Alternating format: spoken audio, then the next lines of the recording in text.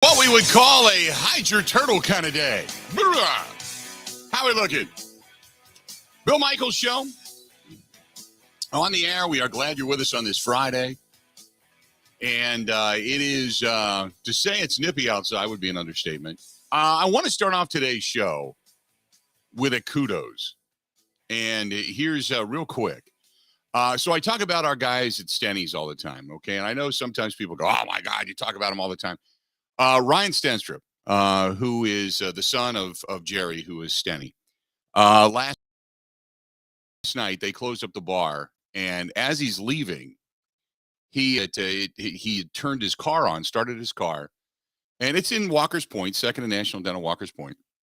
And last night, bar time, turned his car on and started it. He said it was still frozen 20 minutes later after he had, started the car and turned on the defroster. It just wasn't warming up.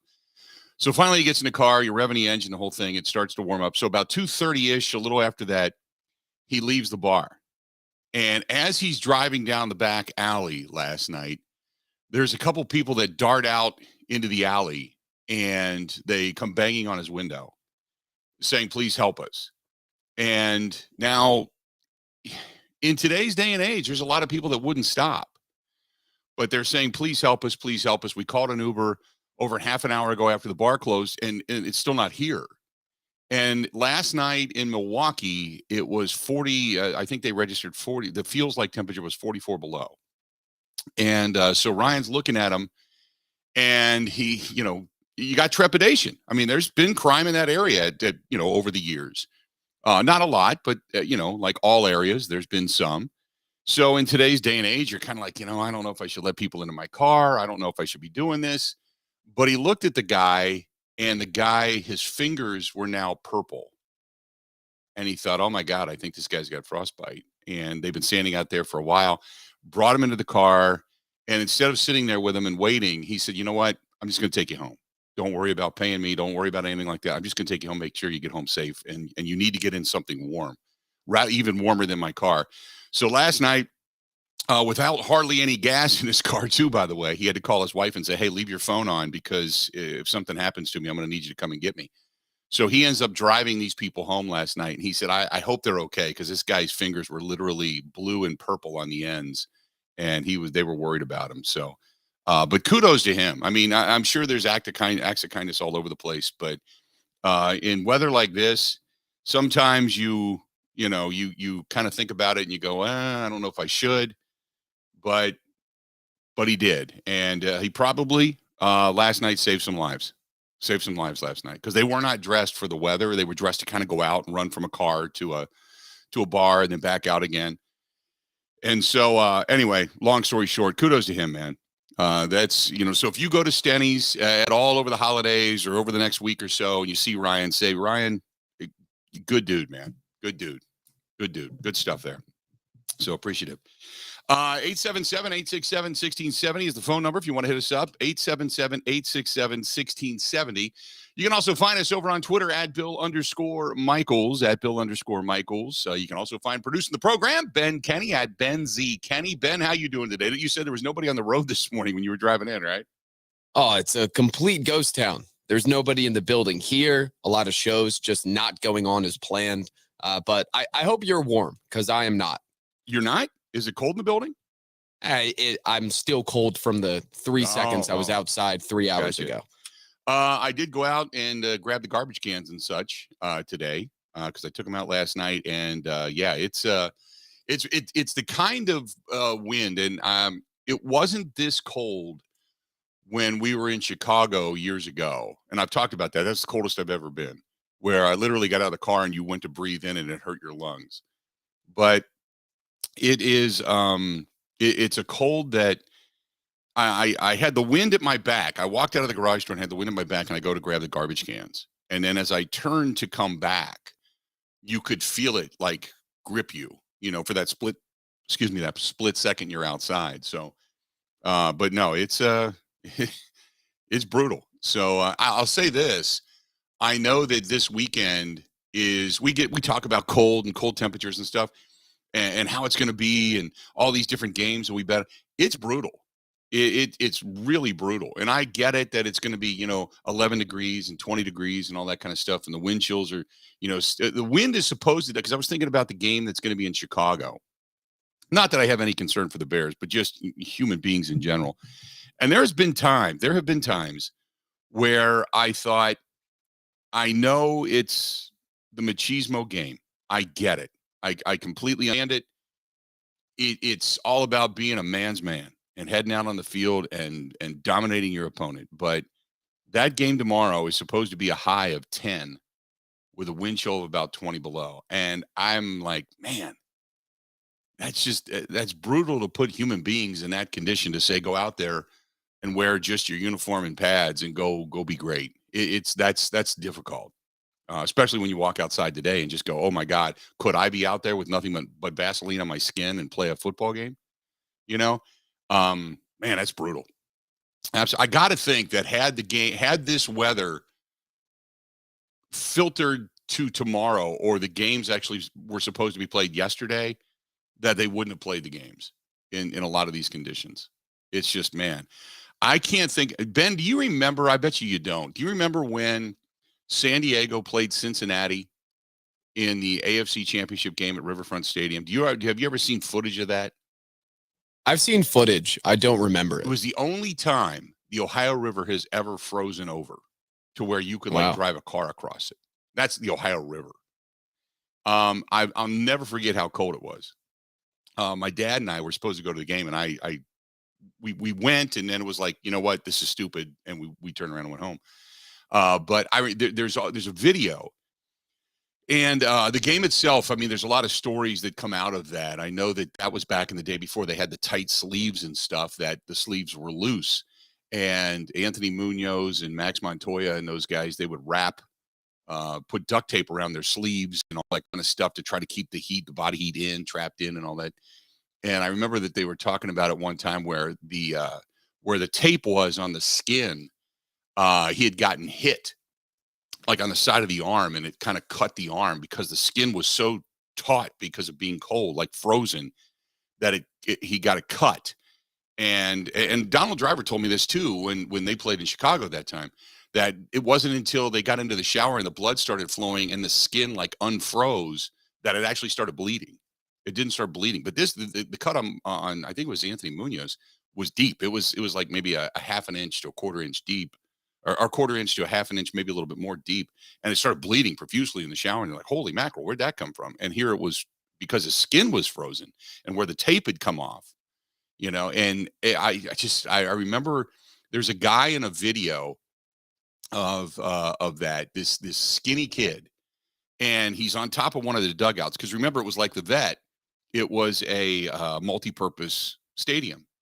And they would reconfigure the thing and they would move it around. Well, the sidelines had one of the, it was the home dugout for the Reds dugout, but that was where the sideline was for Cincinnati. And there's this guy, this little skinny guy, bare chested, takes his shirt off, and he's riding a stuffed Bengal tiger. He's like riding it around, and woo, and he's got a Bengals hat on, like a ski cap. He died. What they don't show you is he died. He like dropped dead from exposure. Right there. They had to like literally cart the body out of the stadium because he had a heart attack and died right there with his body trying to keep up with the heat, with the loss of heat. He froze from within. I'll never forget that. So, I mean, that's the kind of temperatures you're talking about today. It's just so incredibly cold. So I don't want to start off morbidly, but I'm just kind of like, man, just walking outside to get my garbage cans, I can hardly breathe. I can't imagine going outside tomorrow and playing a football game in this. We kind of think about it, like I said, in this machismo way. But on the other hand, you're like, could you do it? $1 million, I'd have to consider whether or not I'd run in the cold and just stand out there and play a football game. So it's just, man, it's that kind of brutal cold. Well, Bill, even when the Rams came up to Lambeau on Monday, on the broadcast, they talked, the Rams bought like thousands of dollars worth of gear that they had not owned before. Right. Like new underwear, just everything to try to keep warm. And that was what, in the teens, in the tens? Yeah. Yeah. That was about like, with the wind chill, it was like right around 1 or 2, right? Correct me if I'm wrong. It was like 10 or 15 yeah, degrees I think so. with like right around wind chill around 1 or 2 or 0. I can't imagine it being, the wind chill like it is today where it's 44 below. I know out in Madison was colder. It was colder there than it was here. Not that, the difference between 50 below and 40 below is noticeable, but still it was like, wow. So anyway, that being said, good morning and Merry Christmas to all of you, because we're not going to be obviously chatting tomorrow, unless we're doing it on Twitter. But we'll be back at it again on Christmas Day after the Packers game. Don't forget, it's the Green and Gold postgame show. And Ben, you're not here. It's going to be Connor. Connor's going to be in for us on the postgame show because you're going to be back in Philadelphia, right? That is the hope. I am planning to fly back to Philadelphia. So in other words, what you're look saying like. is if you can't fly out, you're just going to say to hell with it. I'm going to do the postgame show. I'll probably sleep in the studio. Okay, there you go. Well, at least we all have a plan, I guess. We were supposed to go to Cedarburg today and go walk around and do the Winter Wonderland local shop, have dinner, and couple days before Christmas. It was supposed to be this really Merry Christmas field spirit, and it's like today, it's like just wrap yourself up as much as you can, and if you're going to do that, run from store to store and pray to God that you don't drop dead in between. That's kind of the way it is. It's just that kind of cold. 877-867-1670. Big news today. Ian Rappaport reporting the Packers offensive lineman Elton Jenkins has agreed to terms with the team, a 4-year deal worth $68 million base, $74 million with incentives. He is the second highest paid guard in the NFL. The second highest paid guard. Now, Elton Jenkins is a hell of a player. That I'll admit. But I know it buys him probably some salary cap space next year. But that's a chunk of change. I don't care who you are. That is a chunk of change.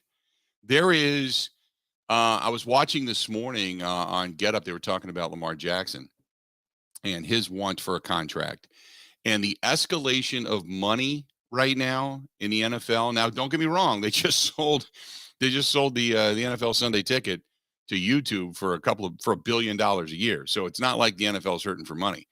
But with the salary cap being what it is, you have to be a pretty magnanimous magician and a hell of a general manager at evaluating talent if you're going to keep your team viable the way the salaries are escalating and the way the guaranteed money. I can almost see, and this is one of those things where if I'm still around in 10 years, Ben, I would say there's going to be another come to Jesus, maybe a player strike or a lockout. Should I write that down? Write that down. And the reason why is because the salaries are escalating at a faster rate than what the salary cap is escalating. And you're not going to be able to do this continuously. And I know that the NFL owners did not want to give up more than 51% or 49% of the total revenue of football. And they're right there. And if the NFL owners are going to hold tight to that and they're going to continue to ask for stadiums to be built and renovations and all that kind of stuff, it is going to be very difficult to, one, go to the public and say I need public funding. Two, it's going to be very difficult for the owners to hold the players off unless they go out on strike or unless they go out with some kind of a lockout. But we've seen this happen before, where they just spend, and all of a sudden they go, oh my God, we're running out of money. Or not running out of money, but we're running out of our profit. And we're going to have to save us from ourselves. And and Jimmy Haslam kind of started this. Really, it was the contracts that Ziggy Wolf gave to Kirk Cousins early on, the guaranteed money that was kind of ridiculous for Kirk Cousins. And then when that Deshaun Watson contract came about in Cleveland, that threw a monkey wrench in the whole damn deal. Because now Lamar Jackson's looking at it like, I want $300 million. I want it guaranteed, and I'm not taking a penny less. And the Ravens, I mean, you look at it this way. If he plays under a franchise tag the next couple of years, he's still going to get over $100 million. But it's 1-year deals all the way down, and it's not, that's guaranteed regardless. But he's going to have $100 million in a couple of years versus $300 million over the next 5, 6, whatever it happens to be. But You're starting to play Russian roulette with the money again. But big time. Hey, if a player can get it, get it. If they're going to pay you, let them pay you. That's what I've always said. They're going to fall on their heads and do that. Well, so be it. 877-867-1670, 877-867-1670. It's the Friday before Christmas, and we're just going to have some fun today. Stay tuned. We got a whole lot more of the Bill Michaels Show. It's all coming up, and it's coming up right after this. Ready? This is the Bill Michaels Show on the Wisconsin Sports Zone Radio Network.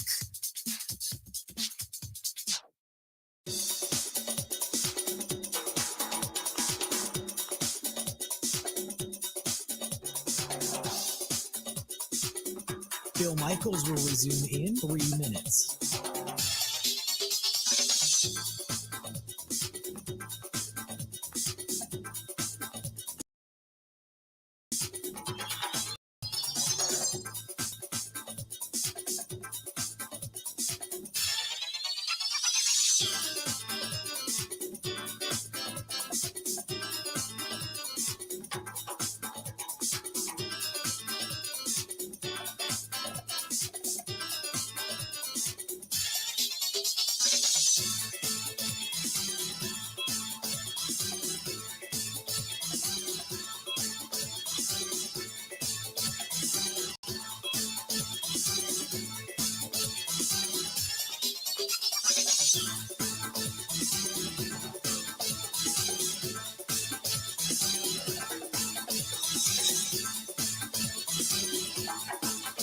Bill Michaels will resume in 2 minutes.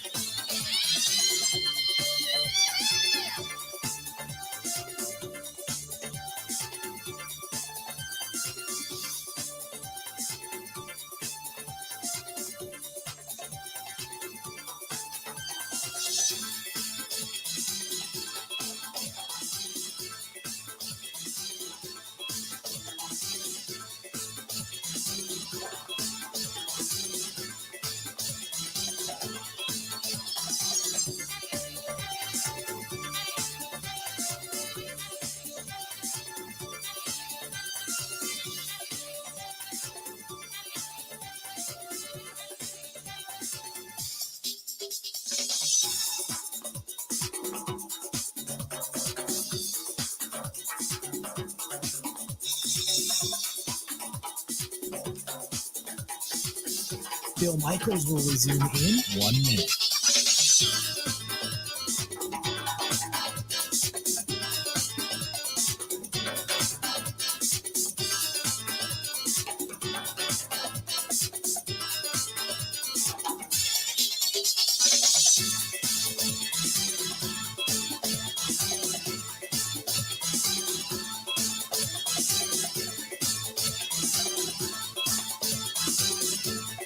Bill Michaels will resume in 30 seconds.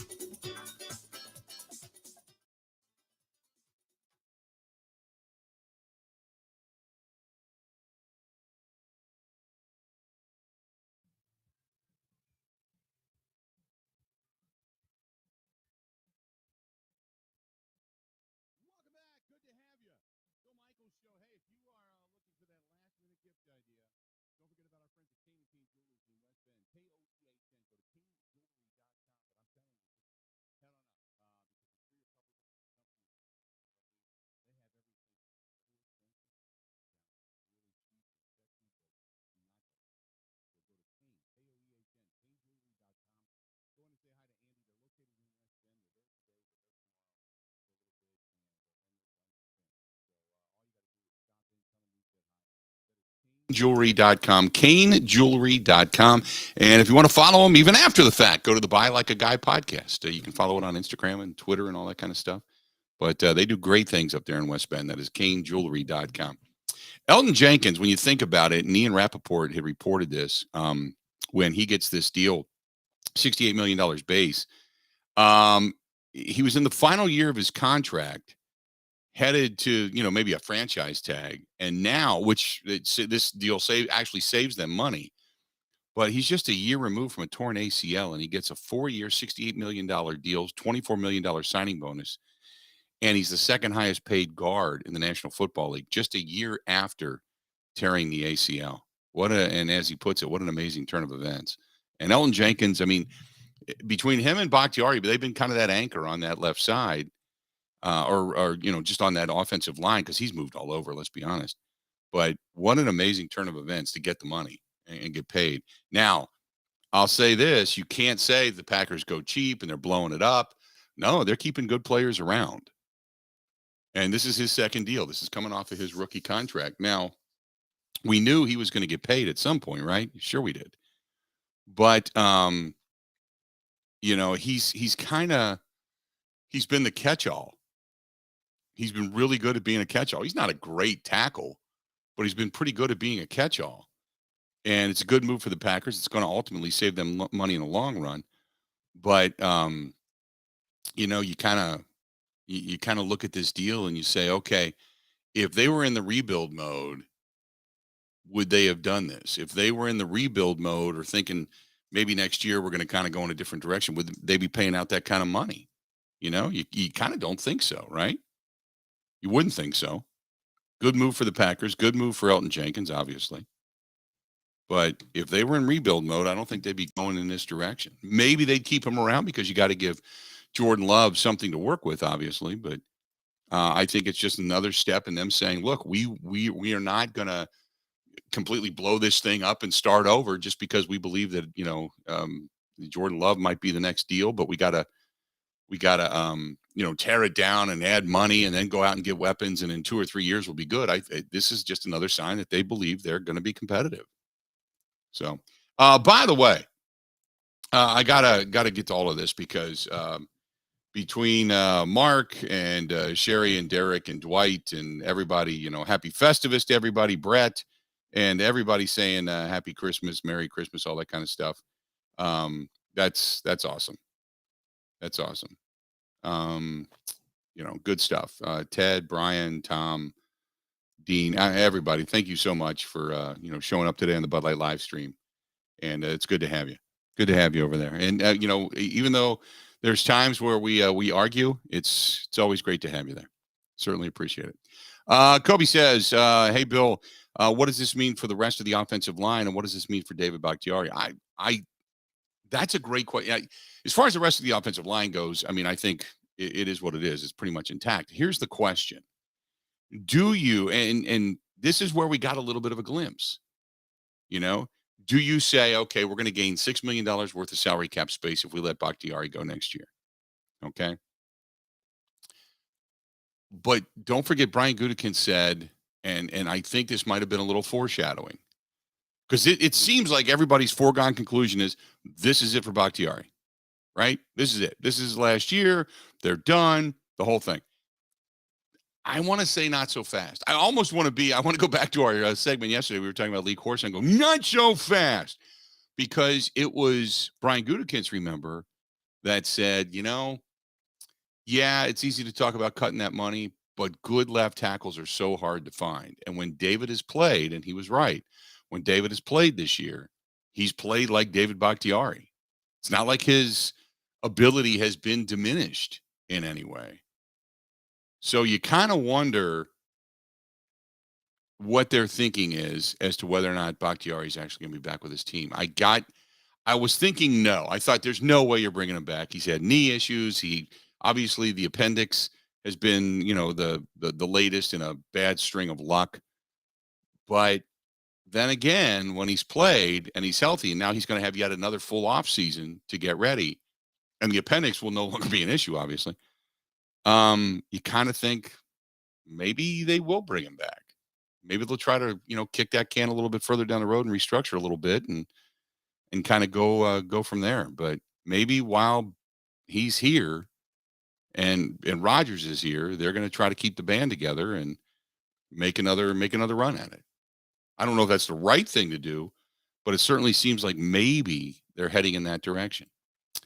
877-867-1670. By the way, we got a good one coming up today. We got our buddy Matt Mitchell coming up here in about 20 minutes. Stay tuned for that. Going to talk some betting coming into this weekend because we know you spent money.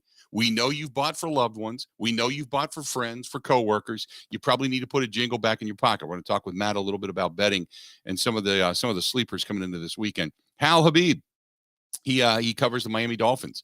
We're going to talk with him coming up in about an hour and a half from now. Mike Clemens is going to round out the last hour of the program today for us as well, as always. So we're going to talk with Mike today. We got Matt, Hal, and Clems coming up today. So we got a good one today as well, not to mention all of our fun and frivolity. No, Marcy, I am not doing your favorite Christmas movie. Not doing it. I'm sorry, but I'm not. We're not going there. Ben tries to bait me into it. You're trying to bait me into it. I'm not doing it. We're not getting into that. Not so fast, Richard. We're not going there. I have my It's a Wonderful Life and Christmas Story and National Lampoon's Vacation and Scrooge. That's pretty much it. Those are the four, you just did it. That's the four I rotate through, and that's it. And I'm not getting into whether or not Die Hard isn't, but I'm just saying the four. But they're not favorites. I'm not doing that. I'm not going there. No, refuse to do it. I will. We can talk about stupid gifts because I got one from Dave yesterday. Right when we got off the air, we were talking about coming up tomorrow on the show meeting today. And he said, "What's the stupidest gift you ever got?" And I had to think about that for a while. I had to kind of mull that over. But one time years ago, I got a bottle opener with my name carved into it. Like, oh, thank you. Okay, so if somebody steals this, they'll know it's mine. It's just, I most bottles are twist offs, and the days of getting the pop bottle that you had to do it on the side of the refrigerator, those pretty much are gone. And everything else is a pull tab on a can. So it's like, what? You gave me a bottle opener. Okay, with my name on it, nonetheless. Beyond that, nothing. I do. You know what I have found myself giving out?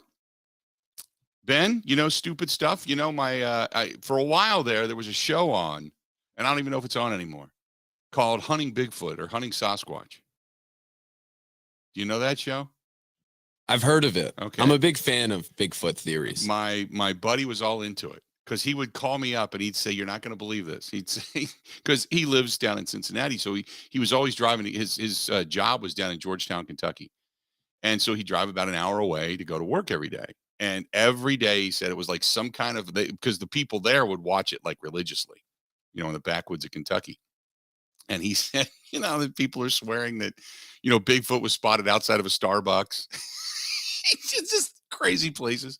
So what I started doing was everywhere I would go, like we were out in the Black Hills out in Sturgis, South Dakota this year. And so out there's been the quote Bigfoot sightings. So I started picking up Bigfoot stuff, Sasquatch stuff. I've got a shirt every now and then. I'll wear it on the air. The Sasquatch stuff. So I buy the stupid Sasquatch t-shirts, I'm squatching, stuff like that, Sasquatch and that, hanging out, his nose is hanging out the back of a pickup truck and the stickers on the back of the pickup truck. I'll buy that. But beyond that, I'm not a crazy gift buyer. So don't want to. Oh, somebody got me a Jonathan Papelbon jersey one year. That's probably the worst. Why would you walk around with the name Papelbon on the back of your jersey? That's what I'm saying. Yeah, exactly. Just the sound of it alone. It was right after he choked out Bryce Harper too. Oh, okay. Well, at least he came off the top rope on that. No, that's kind of the stupid gifts that I give out. Other than that, we can do whatever. Today's just one of those days. Today's just one of those goofy days. If you want to give us a shout, do it. 877-867-1670. This portion of the program being brought to you by our friends at Pella Windows and Doors of Wisconsin. Yes, I went downstairs this morning. I know I'm stupid. I ran downstairs and I thought, okay, today of all days, it's got to be colder down there. Because on a day like this, when I used to run into the great room, when the rest of the house is set at 70, the great room was always like on a day that's 40 below, it would be like 59 in there. I ran down there today and the temperature is set at 70. I looked at it. It was at 69. I heard the heat kick on. I ran back down there about 5 minutes later. I know I'm stupid, but this is what I do. As a homeowner, these are the little things that get you excited. I ran back down there. It was at 70. I was like, yes, yes, all because of that Pella door that I just had put in. That's how good they are. Insulation-wise, it's a big room too. But insulation-wise, they just keep the cold out and the heat in, and it's fantastic. The whole end of the room is glass. Glass doors, 2 great big giant Pella doors that do not leak heat, and they're great. And that's the reason I keep promoting them, because they're just that good. If you want to add economics to your house, if you want to add beauty to your house and value to your house, ease of operation to your house, security to your house, you cannot go wrong with a Pella window or door. You just can't. And right now they have 1 year. If you can call them, schedule the appointment even next week. Call them up, say, hey, I want to get in on this deal. 1 year, no interest, no down payment, no finance, no nothing. It's just that simple. Get a hold of them. Go to PellaWI.com. That is Pella, P-E-L-L-A. PellaWI.com. That is PellaWI.com, or call them 855-PELLA-WI. Ready? This is the Bill Michaels Show on the Wisconsin Sports Zone Radio Network.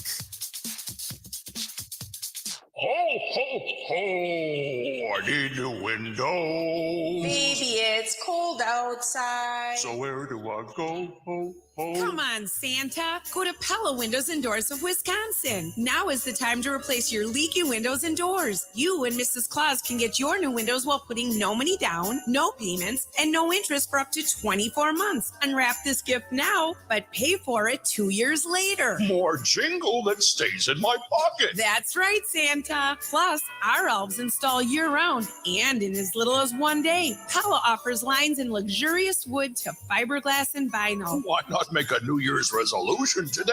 That's the spirit, Santa. Hella no, pay later. Ho, ho. Absolutely. Put no money down, no payments, and no interest for up to 24 months. But you have to hurry. Offer ends December 31st. Schedule your free consultation today at PellaWI.com. Sure, restricted license only for details.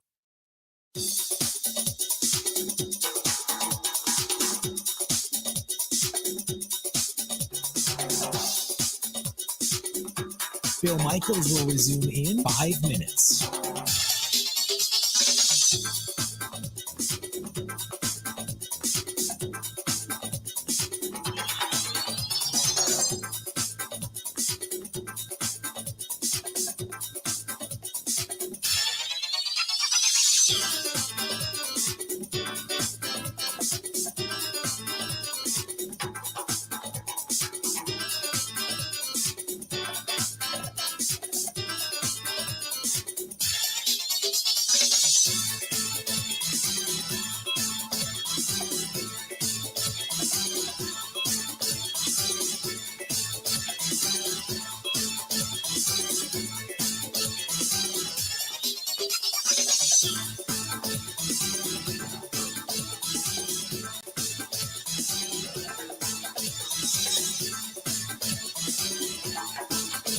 Bill Michaels will resume in 4 minutes.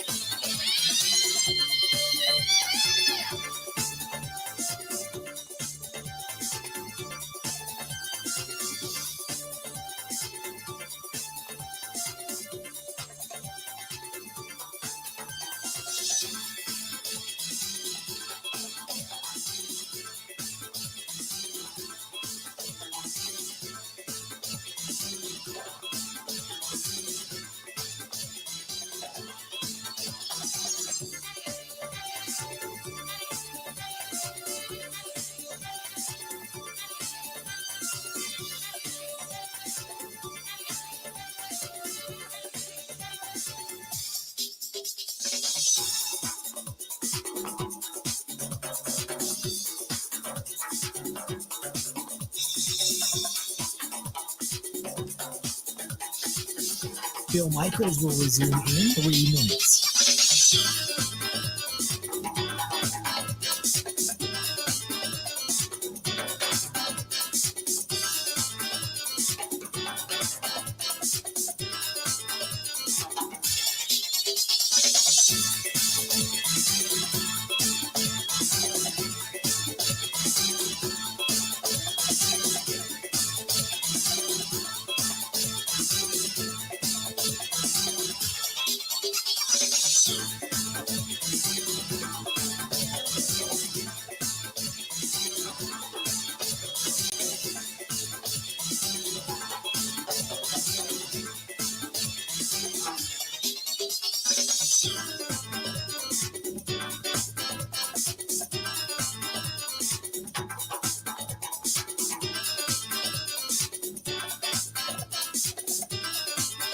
Bill Michaels will resume in 2 minutes.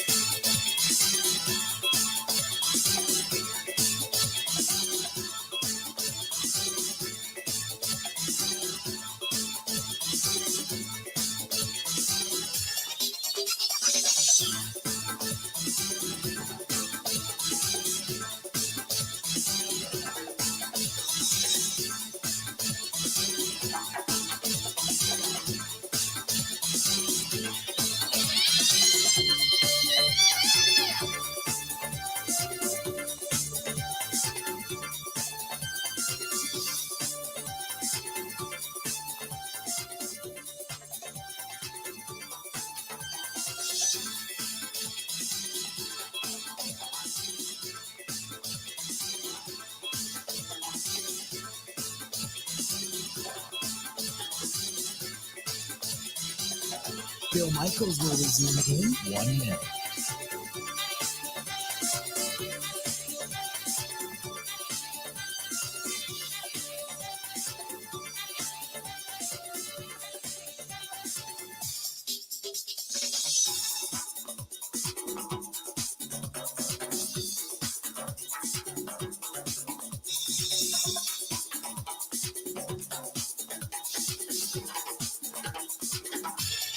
Bill Michaels will resume in 30 seconds.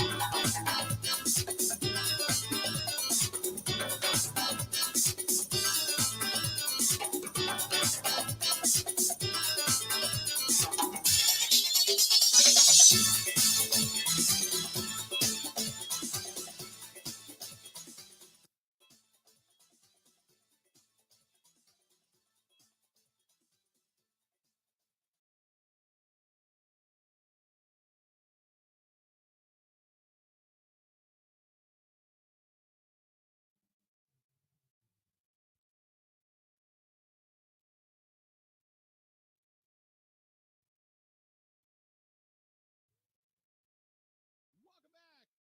Good to have you. The Bill Michaels Show. We continue on. Hey, our friends with Scott Ellison again at Homeside Financial. Look, right now you're probably not thinking about but if you are, you got to get a hold of Scott. He's the one that went through everything with you. Everything. However, maybe you're thinking to yourself, I probably should refinance. I probably should think about, kind of using some of that home equity, pay off some of the debt, kind of reorganize things. And don't forget, you can do it again as the interest rates come down and put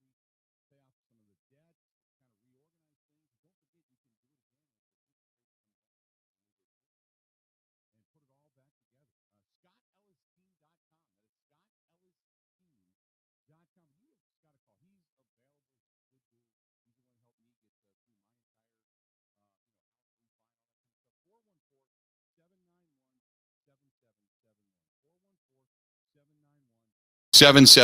414-791-7771. 414-791-7771. That's our buddy Scott Ellis and the Scott Ellis team. Good stuff. This is from Barb. Barb says, here in the Northwoods, it was 52 below this morning, was the feels like temperature. Not much you can do, but just stay inside, stay warm. And if you haven't bought your Christmas gifts just yet, give everybody coupons of massages and such, unless, of course, they're your ugly relatives. Just have a Merry Christmas. Barb, yeah, I'm not doing that. I thank you for the idea. I don't care what I do on a printer. I am never printing out free massage coupons to my relatives. It's just not. Ben, is that what you're giving out when you go home? When you get to Philly, everybody get a free massage and you're just going to, oil all the way up to your elbows this weekend and start rubbing down your relatives? Wait, why did this come up? I was just answering a call. I'm not going to. Barb said in the Northwoods, it's 55 below. Feels like temperature. You can't go out. So if you haven't bought your Christmas gifts yet, she said what you do is you go and put together coupons of free massages that you give out. Give it to your relatives. And I'm thinking, there's no way. I can't see Ben Kenny getting off the plane. And they're like, well, where are all the packages, Ben? And you're like, I got them in my backpack. And everybody gets an envelope. It says a free Ben rub down. Well, if you put it that way, you know what? I'll say this. If the plane takes off and successfully lands in Philadelphia in all this weather, I will give the pilot as much of a massage as he or she wants. Okay. I hope you recorded that. It's all recorded. Wait just a second. Oh my God. There we go. Okay. I reserve the right to rescind that offer Yeah. once I see the pilot. Jim says, no way in hell am I rubbing down my relatives. He said, I'm just going to tell them Amazon is stuck in traffic. No way. I can't see it. Oh my God. 877-867-1670. Let's get to our buddy Gerard from Delaware. Gerard, how you doing today, man? I'm cracking up here, Bill. I can't even begin to see you rubbing your relatives down. I can't see it. Ain't happening. No. Ain't happening. I don't have that much of 1040. But, Yeah, no, ain't happening. But Merry Christmas to you. You too. And your family and everything. Look, it's only going to cost you $6 million. You're going to save $6 million on Bakhtiari. You might as well keep him. And you look at the Packer free agent list and talk about the game last night. First, I want to get to the game last night. Then I want to talk about the free agent list. Look, if anybody watched the Jets last night, they would give you Staten Island, Manhattan, every borough in that area for Rodgers. I know it ain't going to happen, but my goodness gracious, it's the worst quarterback play I've ever. I tell you what, the '80s Packer quarterback in the '70s with Scott Hunter and all these guys, they were better than what the Jets have now. So, I mean, Zach Wilson wasn't at the beginning of the season. Zach Wilson wasn't terrible, but what he did last night and what he's done the last couple of weeks since coming back from being benched is awful. I mean, it's like he doesn't even care. It's like he just wants out. Bill, he looks little. His hands now look right. He's not rubbing anybody down. Tiny. I mean, you're just looking at him. He looks like he's 15 years old out there. He looks tiny, right? You know, and he can't throw the ball. It looks like he can't get a good grip on the ball now. Right. But anyway, their list. I was looking at the Packers free agent list, and the guys that you might want to keep would be. You'd probably have to go like 3 out of 5 or 2 out of 5 of these. Would be Tanyan, Nyman. I don't know if Amos and Nixon and Lazard. Who do you keep out of those? If you only could keep 3 of them, you know what I mean? You're not going to keep Lowry. The other guys that did Reed, those guys. I'm just looking at the guys, like I said, Tanyan, Nyman, Amos, Nixon, and Lazard. Now, Lazard does a lot of dirty work. So he's a valuable guy, even though he's not a super and Lazard doesn't cost you a ton of money either. I got to run here for a second, Gerard, but just kind of finish your thought real quick because we got to get to Matt Mitchell. You there? Gerard? Did we lose him? I think we lost him. I didn't mean to. We lost him. We must have lost him. I wanted him to finish his thought, but we got to get to Matt Mitchell coming up. Stay tuned. We're going to talk with Matt Mitchell of the Action Network. Oh, boy, Uncle Mitch over there on Twitter. We're going to talk a little betting, but yeah, he's right. Last night, the Jets would have traded anything and everything for a better quarterback than what Zach Wilson put up last night. 9 of 18, 92 yards, threw a pick. It was terrible. And the longest pass he threw was 7 yards. 7. They're terrible. Trevor Lawrence and company knocking them off 19-3 last night. And the Jacksonville Jaguars, they're one game away from climbing back to 500. Can you believe it? Stay tuned. We got a whole lot more of the Bill Michaels Show coming up next. This is the Bill Michaels Show on the Wisconsin Sports Zone Radio Network.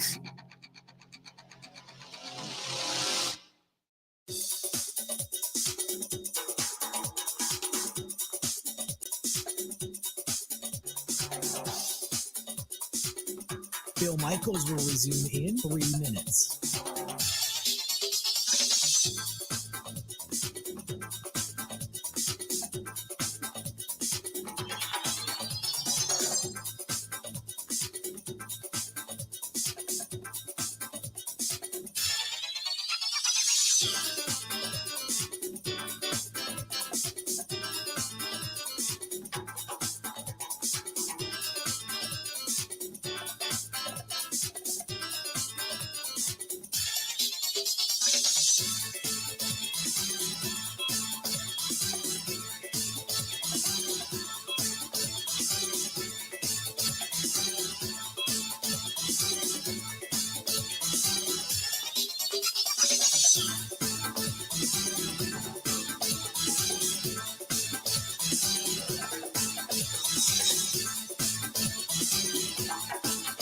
Bill Michaels will resume in 2 minutes.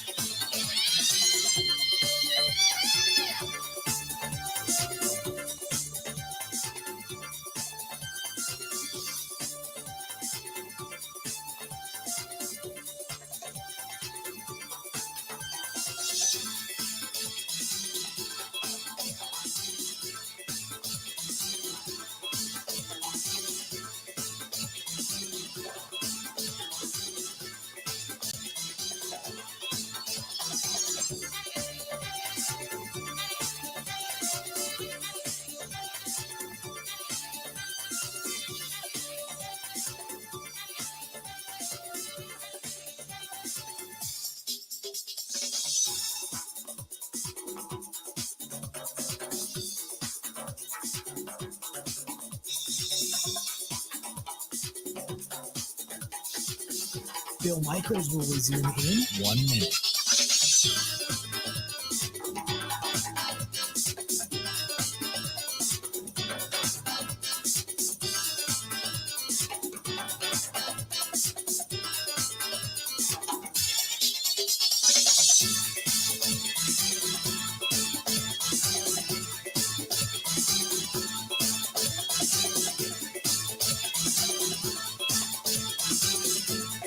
Bill Michaels will resume in 30 seconds.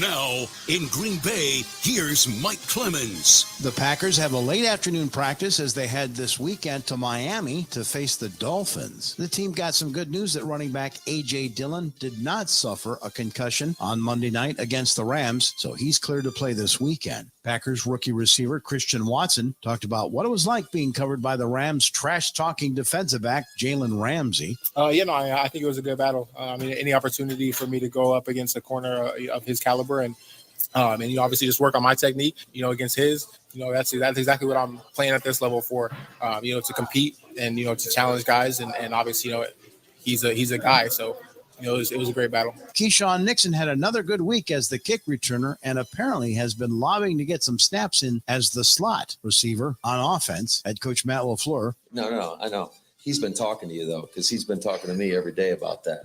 So he saw that screen pass that New England ran a couple of weeks ago where they threw it to their punt returner and he took it to the house. And so ever since then, I can go in there. And Jair Alexander was asked after beating the Rams and facing the Dolphins next, what's his goal for this week? One game at a time, one game at a time. 3 left, but one game at a time. That's the goal. That's Packers defensive back Jair Alexander. In Green Bay, I'm Mike Clemens on the Bill Michaels Show.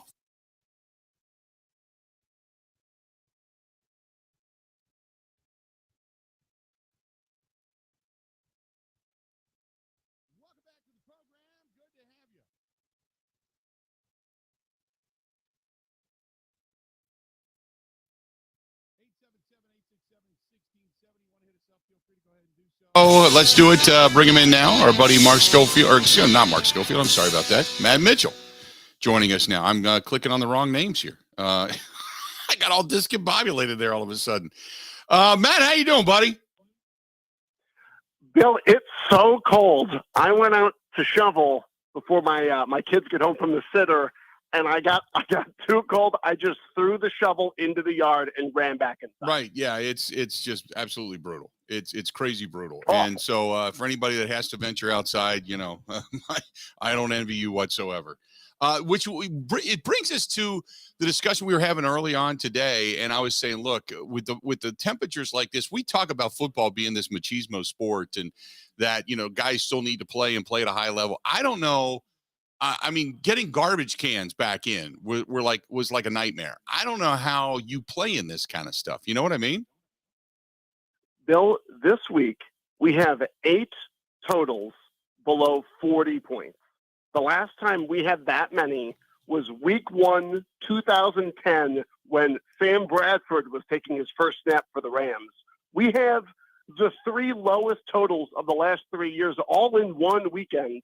It is going to be bananas coast to coast for these offenses, just trying to deal with absolutely inhumane conditions to play football. I saw that even this morning, Phoenix is at 40 degrees, which is just crazy. Bill, they're about to kick off. They're about to kick off the Independence Bowl in Shreveport, Louisiana, so far from here, and it's 16 degrees. It's crazy, right? I know, just absolutely bananas.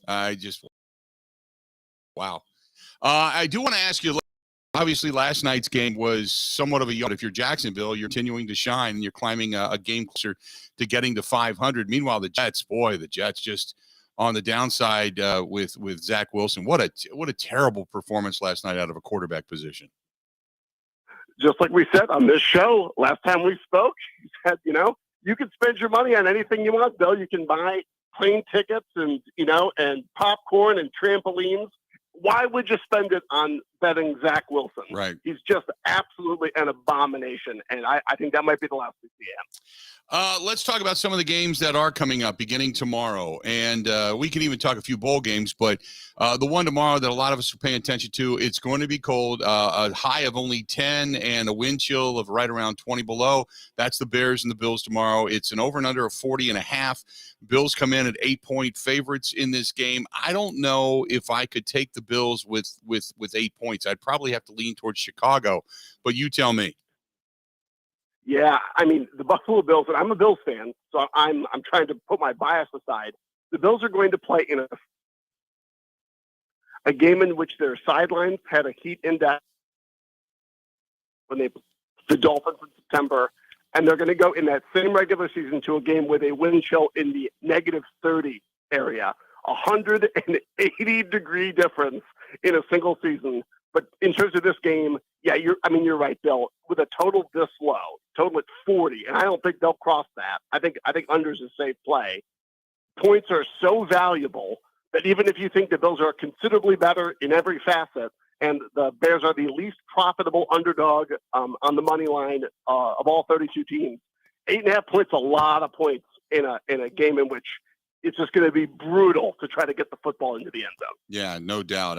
It's I can't imagine even playing in this stuff. And really, I mean, the Bears are really relying on Justin Fields. They don't have a whole lot beyond that. So you assume they're going to run the ball. If the winds stay. Now the winds are supposed to die a little bit, but they're still going to be around 20 miles an hour. I can't imagine that the passing games are going to be prolific in this contest. And the other thing to factor in across the board, another factor when you look at these spreads in these dreadful, dreadful weather games, especially on a holiday weekend, home field advantage kind of goes away because a lot of these stadiums will be half empty. People don't want to go to Soldier Field at negative 10 to watch a team not making the playoffs, and give themselves frostbite. So I think a lot of these games you're going to see pretty dim crowds. Inside U.S. Bank Stadium, it should be raucous. You got Minnesota favored by only 4. And I find it interesting because while the Giants, I think, are a decent team, I think the Giants have far outstayed their welcome when it comes to 8-5-1. I think they're probably going to fall in this game. The question is whether or not Minnesota gives them 33 points in the first half or not and then comes storming back, because we know Minnesota can put up the points. Is 4 a kind of small spread for this contest? Yeah, I mean, all Minnesota does is win games by 3 points. So if you get 3 in the hook or you get 4 points, the smart side that our guys are eyeballing is the Giants, especially because it's a buy low opportunity on the Giants after a dreadful performance last week in their victory. I think, personally, if you're going to bet it, I take the Giants. It's just kind of, it's so hard to back the Minnesota Vikings the way their defense is played.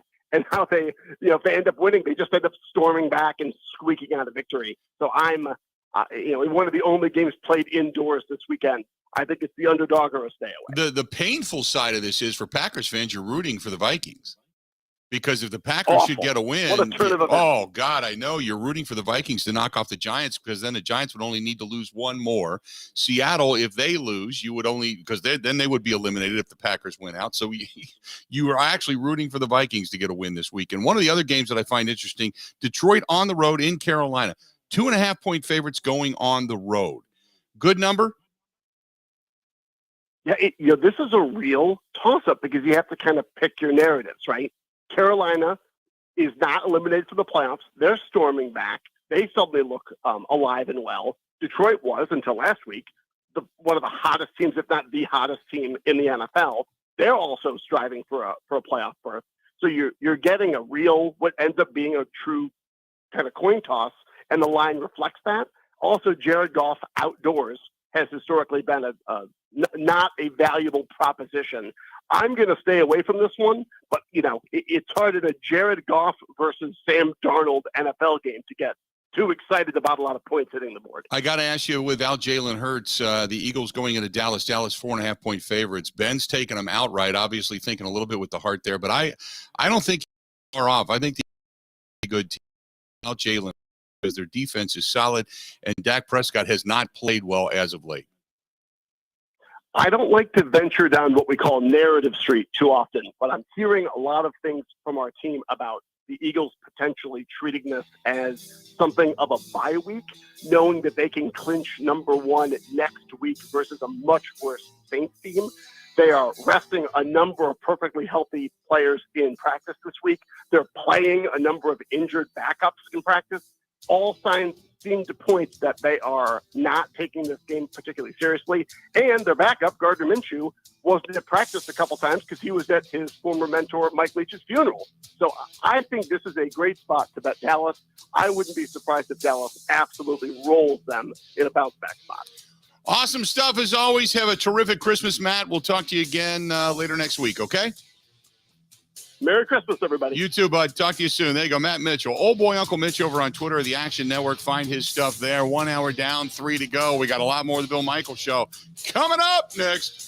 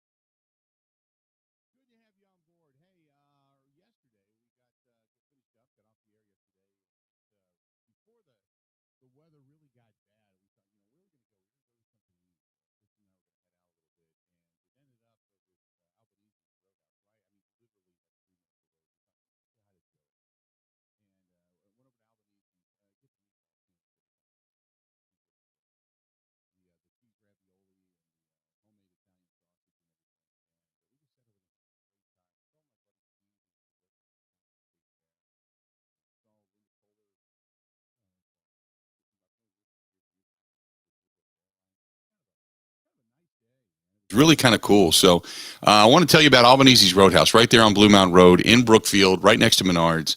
Great place. They had a Christmas party in there. They closed off half the bar, and it was a retirement party and such, kind of a retirement / Christmas party. But just good people, good place to go. The weather was howling, but that was okay. There was people coming through the door, and it was just really kind of a cool night last night at Albanese. Always is. But we had a great time. And if you're out and about, I know they're not open. Very family oriented. I know they're not open tomorrow. I know they're not open on Christmas Day, but they'll be back at it on Monday. And if you're looking for a good place to go on the west side, stop in. That's Albanese's Roadhouse right there on Blue Mountain Road, next to Menards in Waukesha. You don't get better family atmosphere. Just great people. Good stuff. 877-867-1670, 877-867-1670. You want to hit us up, feel free to go ahead and do it. Again, 877-867-1670. Let's go to Eric listening to us in Green Bay. Eric, how you doing today, man? What's going on? Hey, I'm doing great, Bill. Thanks for taking my call, You man. bet. Hey, first I want to wish yourself, Ben, your families, any behind the scenes support you have there, and all the listeners a very, very Merry Christmas and a Happy New Year. Absolutely. I really appreciate the group session therapy that you provide us, and love being able to interact. Right. It's a great thing. Hey, I got a couple of predictions about this Christmas game that I'm just feeling in my bones. Number one is Doc is going to break that streak of games under 300 yards. He's being talked about almost like an afterthought these days, and it's like, do people realize who you're talking about? Mm-hmm. So I think that goes down. I also think Keyshawn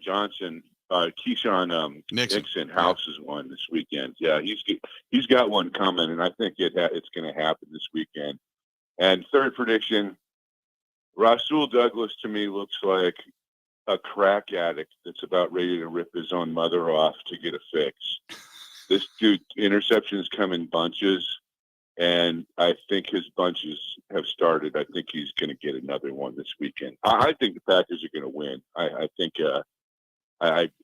I'm not really sold on Miami. I mean, I love Reggie McKenzie, Mm-hmm. and I know what they're doing down there, but I just not sold on that team. And I think that the Packers are being really, really almost looked down upon.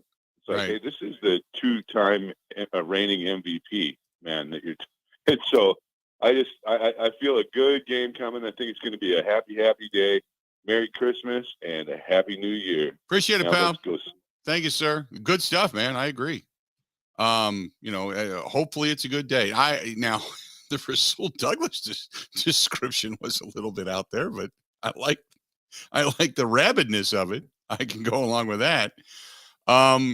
You're right that there are, and let me say this. You're right that people are downplaying the Packers 100%. Okay.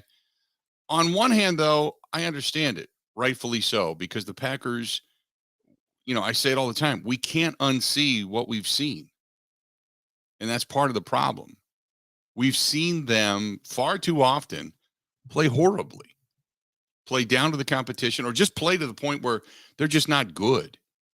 And we've seen their problems.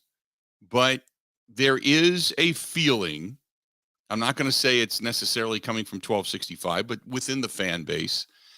I was just telling you, we were at Albanese's last night and sitting at the bar, and my buddy Steve comes over. He's like, starting to think they can do it. They win this game. They're going to do it. They're going to win out. It's like all of a sudden the enthusiasm is starting to gain a little traction.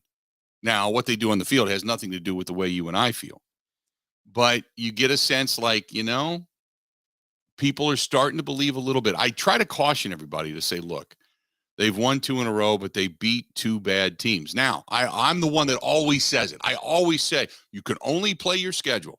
It's not like they could go out and say, you know what? We're going to throw out the Bears. We're going to throw out the Rams. Bring us the 49ers and bring us the Eagles. You can't do that. So you got to beat what's there in front of you. So they did that. And I completely appreciate that. So I'm good with all of that. But I do have to temper the excitement and the enthusiasm by saying they beat 2 bad teams that they were expected to beat. Good teams have been expected to beat them. Miami is a good team. Now, Miami comes into this with 3 losses, and coming out of Miami is probably ecstatic that they're going to be playing in a weather at 50 degrees or 60 degrees, because they just came out of Buffalo where Tyreek Hill looked like he was not just cold, but like laying on his back, can't help me up, Christmas Story kind of cold, you know? So that I agree with. They're probably giddy to be back. And I'm sure the Packers are flying out. I'm sure the Packers are like, you know what? It's 41 below. Oh, by the way, it's 50 degrees in Miami and a little bit of rain. We'll take it. We'll take it. No problem. 60? We'll take it. No problem. We can do this. Packers are probably giddy, more so than the Dolphins, to be playing down in Miami for Christmas. So I still think that it's not going to be it's not going to be an easy game by any stretch of the imagination. And as a matter of fact, we picked the Packers to lose the other night. As much as I want to have faith, my heart wants them to win. My head says stick with what you've seen. I haven't seen them play consistently good. The first time I saw them play a complete game this year was just on Monday night. Does that mean they're starting to put it together? Cross your fingers. Knock on wood. Hope it is. But that's the first time I saw them play a relatively complete game, where they pretty much looked like they were a dominating team from beginning to end. And then I keep telling myself, it's a bad football team. Don't get crazy on me. It's a bad football team. So reality has to leak back in. So if I'm a betting man, I'm taking Miami. If I'm betting with my heart, I'm rooting like hell for the Green Bay Packers. But it's just kind of the way it is. Let's go to Steve, listening to us in Eau Claire. Steve, how you doing today, man? What's going on? Hey, Bill, how's it going? I'm doing great, buddy. What's up?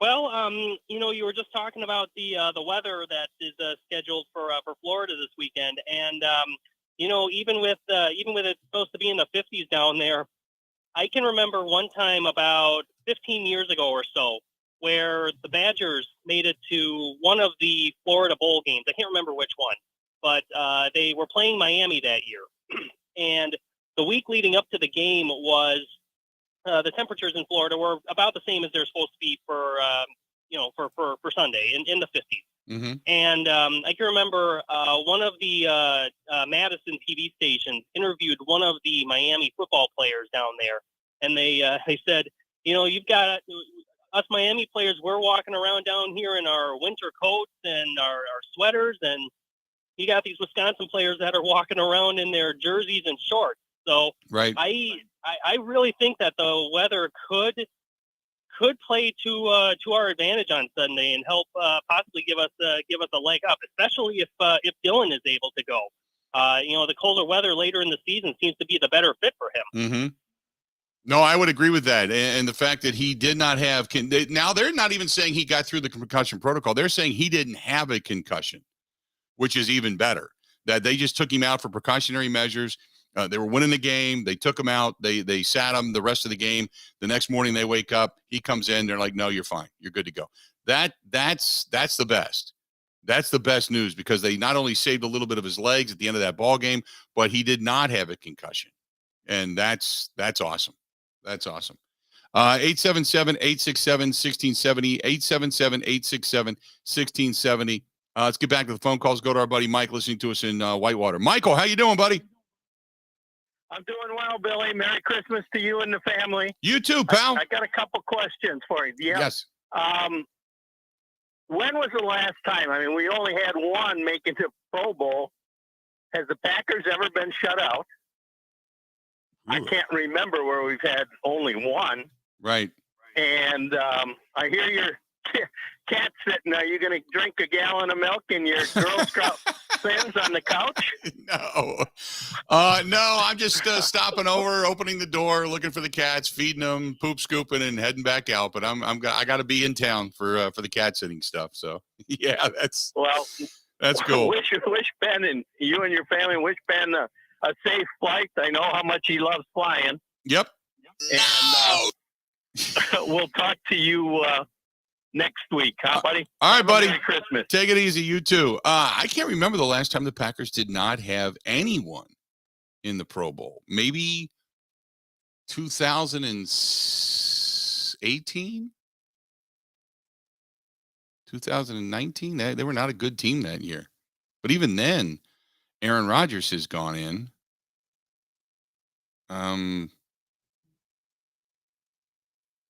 Boy, I don't know. That's that's a good question. I can't remember the last time. By the way, Mike McDaniel has a few opinions regarding the state of Wisconsin. You're going to want to hear coming up after the break, so hang out for that. Ben's got it.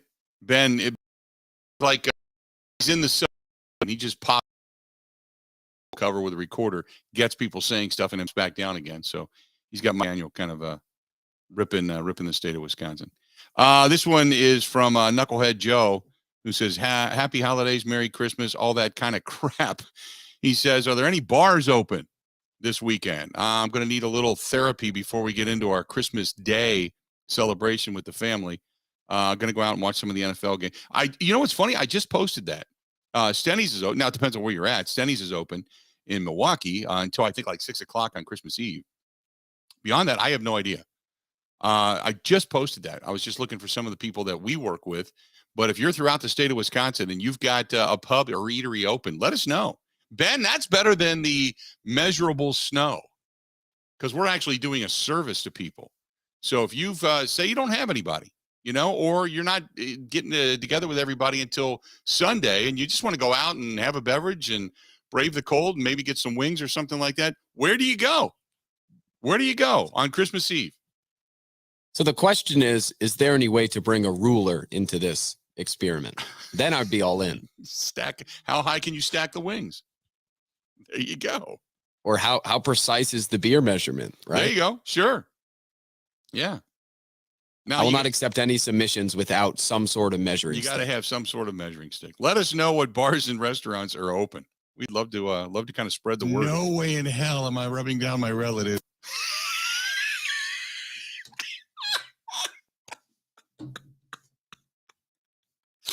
Oh my God, that's awesome.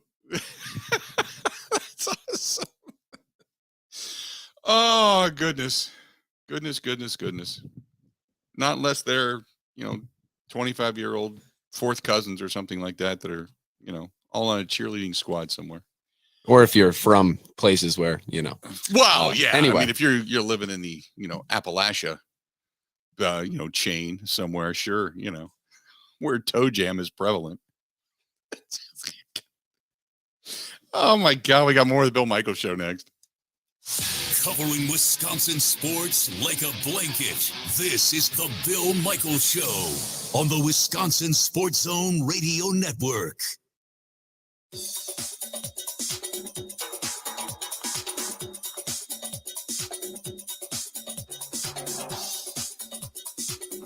Bill Michaels will resume in 3 minutes.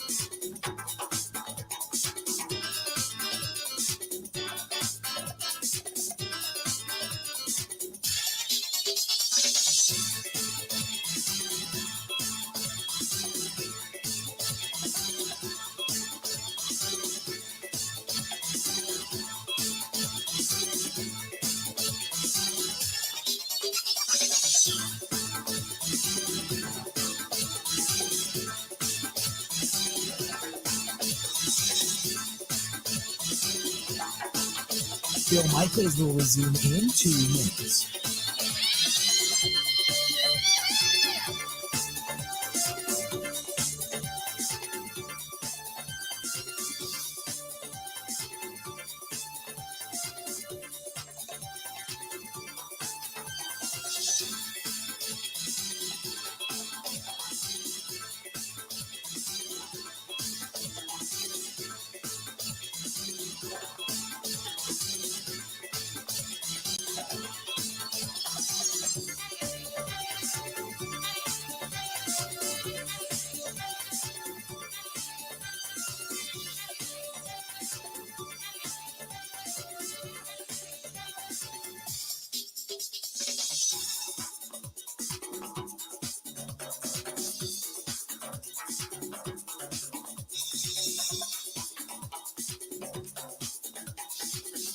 Bill Michaels will resume in 1 minute.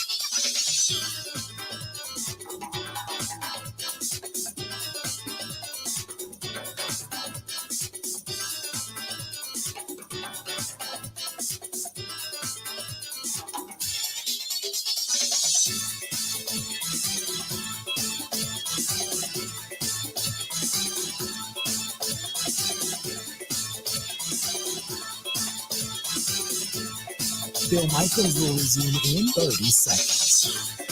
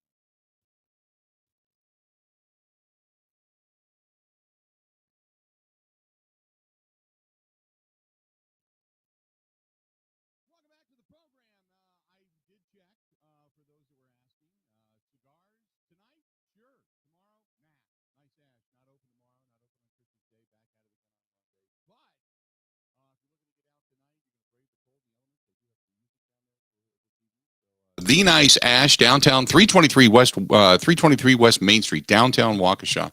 The Nice Ash, and Joette and Ricky and everybody down there, I want to say, have a terrific Christmas with you and your family and everybody that you come in contact with. And be kind, and then be back at it again on Monday when they reopen. So thanks to our friends at the Nice Ash. By the way, David Bakhtiari not practicing today. They were thinking that maybe he would, but he's not. And you know what that means? That means he's not going to be playing on Sunday either. So another week without Bakhtiari. And Zach Thomas played pretty well, so I'm not overly concerned about it. But, and you don't want to rush that back. I mean, it's an appendectomy, for God's sakes. They took an organ out of your body, so you don't want to rush it back. But nevertheless. So Mike McDaniel, talk about it, Ben. Not a fan of cheese or big cheese or likes cheese or what cheese? So I don't have the video or the audio yet, unfortunately, but the direct quote from his press conference today, being asked about cheese, the food, quote, "I really like cheese, but I wouldn't want to offend real cheese connoisseurs. I think I'm into cheese. I just eat it. I'm not in charge of picking them or naming them." Though he did say he was into harder cheeses. For what it's worth. You know what? And but for those who don't know, Mike McDaniel is the head coach of the Miami Dolphins. I can see him saying that. Now, let me ask you this, okay? Let's step back for a minute. Now, Matt LaFleur looks young, like a 12-year-old boy with part of a beard, like he just took over a football team. Mike McDaniel looks like he's 12 years old, but he just came out of mom's basement after gaming all day. Is that a good? He looks like good analogy. He looks like his dad is the coach, but his dad left for a weekend on vacation and left his son in charge. That's about it. That's about it. Mike McDaniel is, I had to take a double take when he was announced. I remember when he was announced as the head coach and they brought him in and I thought, who's this PR guy? Well, it must be an intern. And then they said Mike McDaniel. I'm like, oh, holy crap, that's the head coach. Didn't realize. You're right. He looks like his dad left for the weekend and said, son, you coach him. I'll be right back.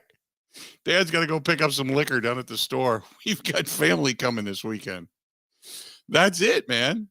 That's it. Mike McDaniel is just, there's this picture of him when he worked with San Francisco.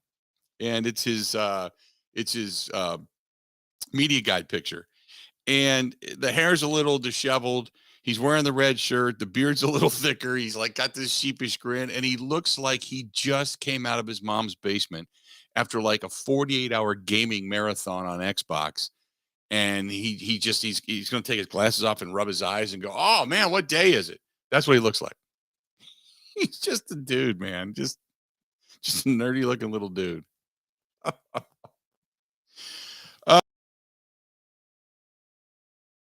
Oh, man.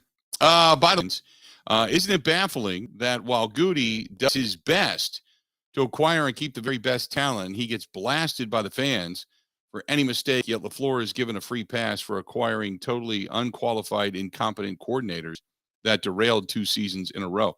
Dennis, it didn't. The defense did not fail last year. They gave up, was it 10, 13 points? It was the offense that failed. Stop throwing Joe Barry into last year. The defense was fine. They were the number 1 seed. The defense didn't lose the game. It was special teams and offense. I know you hate LaFleur. I understand it. I get it. And as far as Goody goes, Goody's had missteps. So don't act like we don't criticize Goody. You go back a couple of years ago, he's got, 4 guys remaining from the 17 and 18 or 18 and 19 draft? 4 guys. That's it. They were terrible drafts. Terrible. Got a couple of players, got a couple of starters, but overall, the fortification of your team, terrible. So we don't give him a pass. He doesn't get a pass. You're completely skewed through your hatred of Matt LaFleur. But you cannot be that freaking stupid to think that last year's playoff game was caused by Joe Barry. Because that just shows your bias and your ignorance. So stop it, okay? I hate to do this on Christmas, but I got to point out dumbassery even during Christmas because dumbassery doesn't take a day off. 877-867-1670.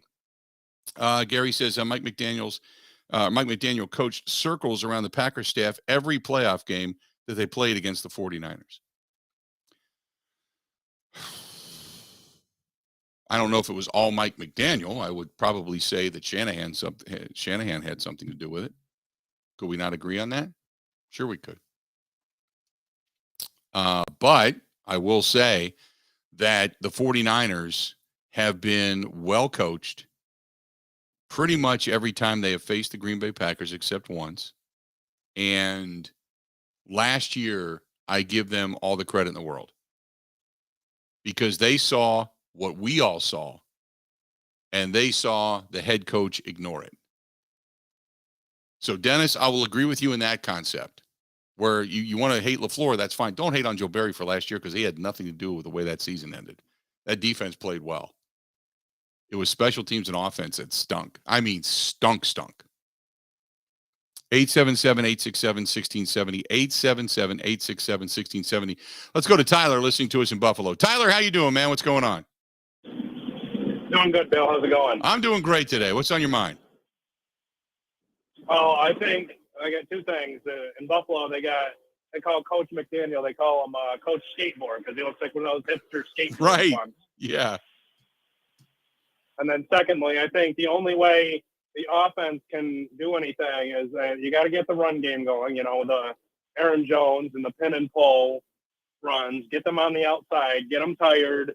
And then I think in the second half, you'll be able to get them where they're starting to cheat in the run game and be able to get one over the top with Christian Watson and Romeo Doubs. And that's been the whole reason they've had success in the second half of the year is they've had the run game. Mm-hmm. You're 100% correct. 100% correct. I agree with you. The play action, specifically what we saw on Monday night, the play action was solid. And when they do it and Rodgers sells it, he sells it better than anybody. He is really good at it. 100% agree. I'm not going to sit here and say that it has to be a full dose of run in the first half versus the second. What I would say is keep mixing it up. Keep mixing it up. Keep doing what you're doing. Keep mixing it up. Because when they do it and do it right, when you've got motion, you've got movement, you've got play action, you mix in the run game really well with the passing game. You got Doubs. Romeo Doubs has really kind of he was your first down guy in the game on Monday night. Christian Watson, if they want to focus on him and not allow him to get over the top, that's fine because that'll leave Cobb, that'll leave Lazard, that'll leave Doubs open, even Tanyan to a certain extent. But just keep mixing it up. Just that offense is not what it used to be. And they're starting to understand it and morph a little bit. But I would agree with you 100%. 877-867-1670. 877-867-1670. Mark says, who does the rain favor? I'd probably say the Packers just because of the inclement weather. Packers are more, Then again, I mean, Miami has played in rain before. Can't, because it rains down there. It does a lot. humidity-wise. Tom says, hey, Bill, speaking of Sasquatch, did you see that Rogers on the McAfee segment was talking about Green Bay and UFOs? I didn't see that. No. No. Oh, God. Really? Okay. Didn't see that portion of it. Ben, did you were there UFOs and all the different conspiracy theories and all that kind of stuff? Yeah, reluctantly. Okay. Some of that stuff. I'm more into Bigfoot. Yeah, I can see that. I wouldn't mind tracking Bigfoot, Sasquatch. I'll be squatching. I don't mind that. I'll look around. Mike Leach had a good Bigfoot thought. He said, if Bigfoot exists, why is there only one of them? That was true. You know, I've always wondered that. What is and how long do big feets live? Bigfoot, Sasquatch, foots, whatever. How long do they live? Because this thing's been running around, not being photographed for years and apparently hanging out at Starbucks disguised as a yuppie, at least according to some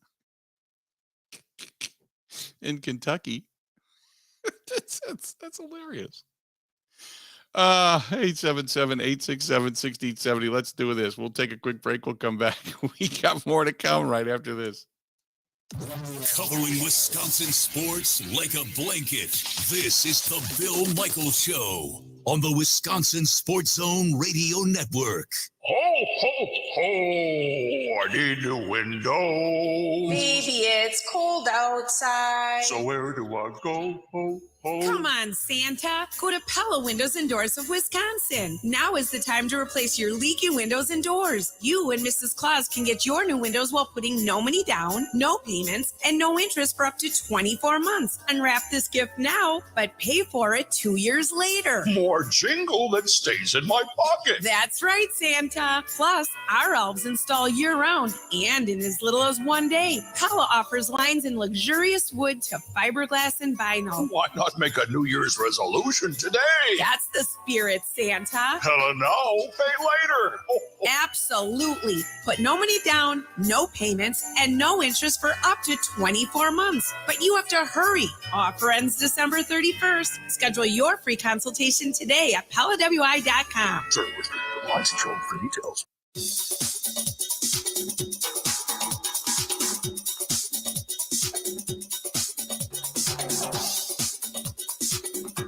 Bill Michaels will resume in 5 minutes.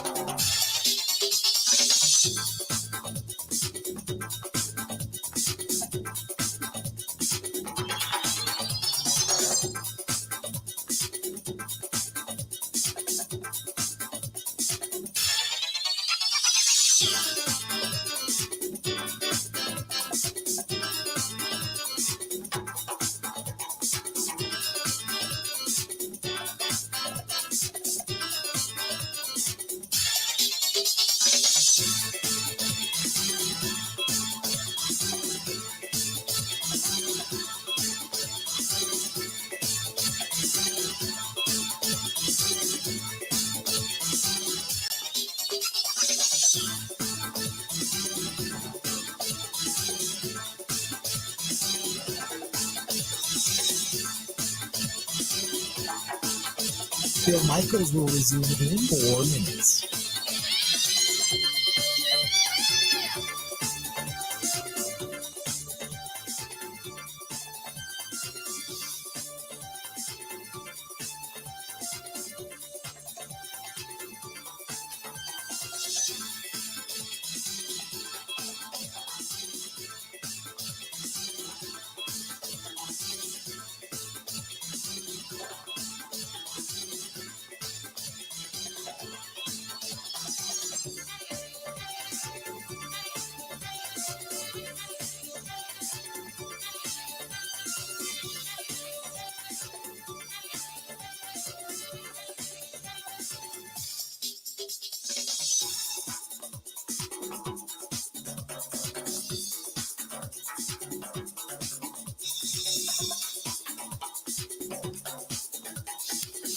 Bill Michaels will resume in 3 minutes.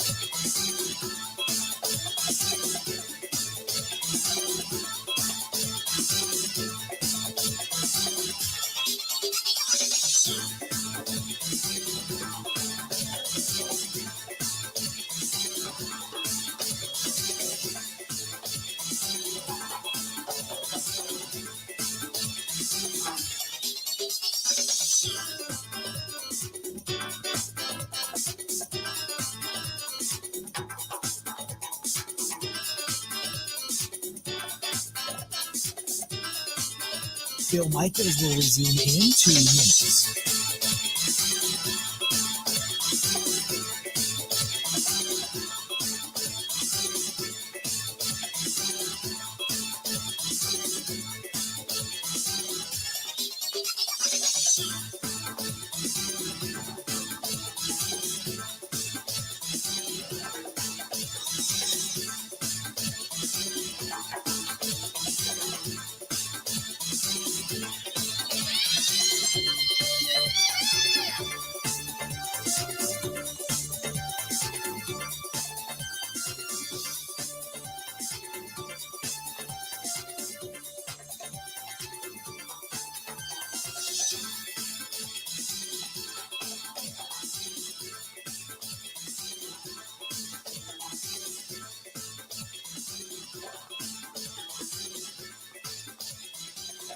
Bill Michaels will resume in 1 minute.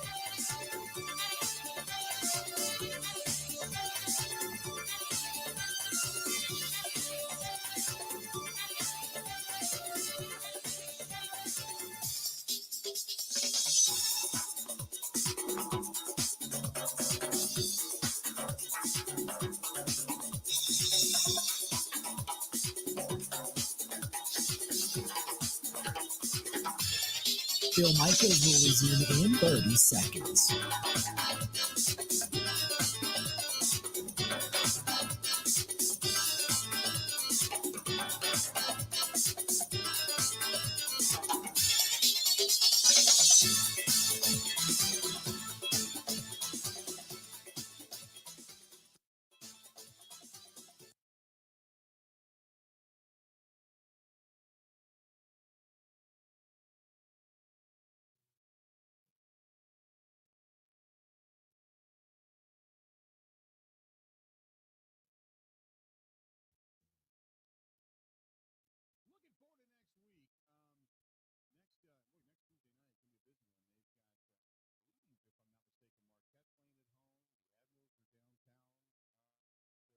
Heading down to the Admirals game, taking a bunch of people, a bunch of kids and such. So we're going to be heading down to Geno's, down to Calderon Club and San Giorgio coming up on Tuesday night next week. But if you're going to be out and about, you're going to be heading downtown before or after a game.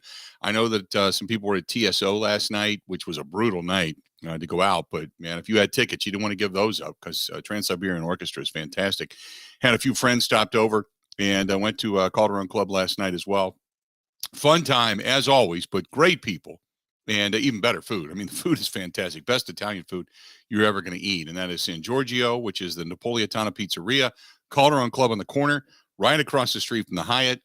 They pair a lot of those dishes up with cider boys from Point Brewing, but just really, really good stuff down there at Calderon Club. And just keep it in mind, if you're looking for really good Italian food, you're going downtown Milwaukee, maybe you're down there before or after an event, whatever. Even the Christmas Carol show, some people stopped over there and said hello as well and said that, they'd heard it here. So great stuff coming from our buddy Gino down there and the friends at Calderon Club. 877-867-1670. So Mike McDaniel, now, Ben actually has it, right, Ben? Yes. Okay. So Mike McDaniel talking. Is it about Matt LaFleur, or is he still talking about LaFleur? Cheese? Is he talking about LaFleur? Okay, here's what he had to say No, about Matt I LaFleur. neglected the cheese bit. Oh, okay, yes. Good. Here's what he had to say about LaFleur. Mentioned Matt LaFleur. Obviously you guys are friends. What do you think he is best at?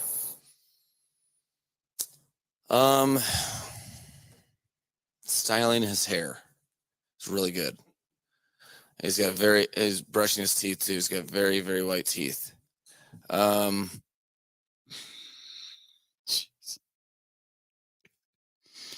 right. Well, there you have it. There you have it.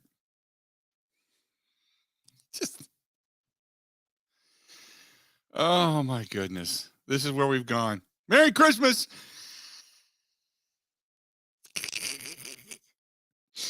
All right, he's got another one talking about Matt LaFleur. Here you go. He's I think he'd probably be top 3 most attractive head coaches in the history of the National Football League. That's where we're at. That's where we're at, people. That's where we're at. All right. One of the top 3 most attractive coaches in the National Football League. That's Matt. Your call's next. Yeah, there you go. It's quality stuff there. We are rolling today. There was like 2 minutes of substance of McDaniel talking about him, but yeah, I didn't think it was very relevant. Okay.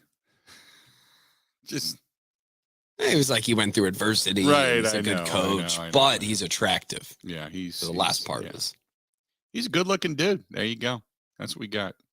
877-867-1670. Dan says, let's be honest, do we really believe the Packers are going to get a win on Sunday as much as I want them to? I just don't think they can. I don't think they have the defense to be able to keep up with what Tariq Hill and Tua are doing. Waddle is thrown in for the mix, and they are a good football team. As much as I want to see the Packers win, I hate to say that the present probably isn't going to come on Christmas Day. That is from Dan. Dan, you're living in a reality that a lot of people don't want to live in right now. It's probably the best way to put it. I understand that. But, it is what it is. I don't know what else to... We've analyzed the hell out of this. And, we're going to talk with Mike Clemens coming up at the end of the show today. We're going to talk with Mike about it. We're going to get the Miami point of view coming up here in just a little bit. Hal Habib is going to be joining us. But in the grand scheme of things, I understand that you're living in a. If you were a betting man, and I ask all the time, I ask if you were to bet on this game, which way would you bet? Because that's likely where your head is, right? Because your heart is always there's hope, but it's where your head is, and that's the thing that most people believe. You cannot, and I've said it before, I'll say it again. You can't go back and unsee things. You just can't. And the Packers have not played well. They're starting to play better consistently over the last, 5 quarters? But 5 quarters does not a season make. They played really well in the 4th quarter against the Bears. They came back. They won that ball game. They look good doing it. Different pep in their step, defensively speaking, all that kind of stuff. And then when you go to the game on Monday night, they played a pretty good, complete game. I didn't have a lot of problem with it, to be honest with you. I mean, you could look at a few things. Like I had said, that drive right after the Packers scored, the drive in the 4th quarter when you're thinking to yourself, man, get it. Defensively, just get it. If you get it, then you can just close them out and you're good to go. And that drive late in the ball game when you were kind of hoping that they were able to seal the deal, and it just didn't happen. It wasn't the 4th quarter, actually. I think it was the end of the 3rd quarter. Aaron Jones gets that 7-yard pass from Rodgers, goes in. It's 24-6, and you're like, get it. And instead, they go down 6 plays, 70 yards. Higbee gets the 8-yard pass from Baker Mayfield, goes into the end zone. It was 24-12. It still ended up 24-12, which is fantastic. But you were thinking to yourself, if they got off the field on that drive, that's it. 24-6 or more. That's the way that game was going to end. They could have scored 30. They took the knee, but that was the way that game was going to end. The good news was that the Packers on that final drive were able to close it out. Now it's not like they're playing a juggernaut in the LA Rams, but remember they took over the ball with 8:51 to go in the 4th quarter. They got the ball back, 8:51. Dixon punts it. Remember, 32 yards. Fair catch by Randall Cobb, who was returning the punts at that time. They got the ball back with 8:51, and they closed that game out. That portion of that game as well was impressive, right? That was impressive. When you get a team that says, we're going to run the ball, we're going to pass the ball, we're going to pick up first downs, and we're going to go ahead and run the clock out, that's impressive. That was impressive. I like that. And they were doing it with Aaron Jones and Patrick Taylor at the time, remember, because A.J. Dillon was already out of the ball game. So that was impressive. There was a lot of good things that came out of that ball game on Monday night. And the cautionary tale to that is it was against a bad team. But you don't apologize for it. You just make a note of it. You don't say, well, they're not. They beat the team, right? How much better? Maybe they're just starting to, maybe all the dominoes are starting to fall and everything's starting to click. It is what it is. 877-867-1670. Find us, hit us up. We certainly appreciate it. Hey, by the way, this portion of the program brought to you by Robert Specialty Meats. I went down there yesterday and picked up the prime rib that we're going to have on Christmas Day. And Paul's there. He's putting together all the orders. People are walking in. Their bags are prepared and ready to go. They are open tomorrow. But Paul wanted me to remind you when I was down there, get in there quick because they were running out of hams. They're running out of prime rib. They got tenderloin. But there's a run on this stuff right now. Today, because a lot of people didn't go down yesterday because of the weather, today's one of those days. So head down, get what you need for your holiday supplies, get what you need early tomorrow, and then that's it. So obviously we're going to have to talk about New Year's and such, but Robert Specialty Meats Waukesha. Go to see our buddy Paul Roberts. Go to robertspecialtymeatswaukesha.com. That's robertspecialtymeatswaukesha.com. Josh says, I have a lot of faith in the Green Bay Packers. It seems like as of late, they're playing better. Don't forget, offensively, they're starting to score points. If Rodgers starts to feel it and believes that they can get the 30 points consistently, how many games do you think they're actually going to win? Good point. Averaging 26.6 points per game over the last 5 games. How many of these games now coming up do you think they can win? If they score 26 or more. Ben, if they score 26 on Sunday, do they win the game? I would bet against that. Really? Okay. So you're thinking that the offense with Tua and company is probably going to put up 30. Yeah, you say which side would you bet? And I don't know with the -4 for Miami. I would take the over. Okay. Would you, if the Packers score 28, do they win the game? I could see that. I still think it's going to be decided in the 30s. My gut says Rodgers plays great. The offense keeps momentum. You get Dobbs and Watson out there. You run the ball well. I just have no faith that the secondary or the defense can stop Tua and Tyreek Hill and Waddle consistently enough. That's probably a better statement. It's not that we don't believe that the Packers can't score points. It's that we believe the Packers can't stop Tua and company from scoring points. Plus, you know how the team still makes mistakes, right? We see Yeah. the Jones fumble. We see the unnecessary roughness penalty. In this game, I'm not sure the Packers won't make any of those mistakes. Right. It's a question of can they actually withstand them? And I would guess no. Right. Let's talk about that when we come back. 877-867-1670. Hey, our buddy Dwayne at Dwayne's Cover It All up in Wausau also wanting to say Merry Christmas to all of you. He's had a tremendous year. He wants to say thanks to everybody, all of his customers and all the new customers that have come on board because they've heard it on this particular program. But Dwayne wanted to say thank you. Go to Dwayne's, DUANES, Dwayne'sCoverItAll.com. Call him 715-870-2119, 715-870-2119 if you need it, but he just wanted to say thank you for a hell of a year and a very Merry Christmas. More of the Bill Michaels Show next. Ready? This is the Bill Michaels Show on the Wisconsin Sports Zone Radio Network.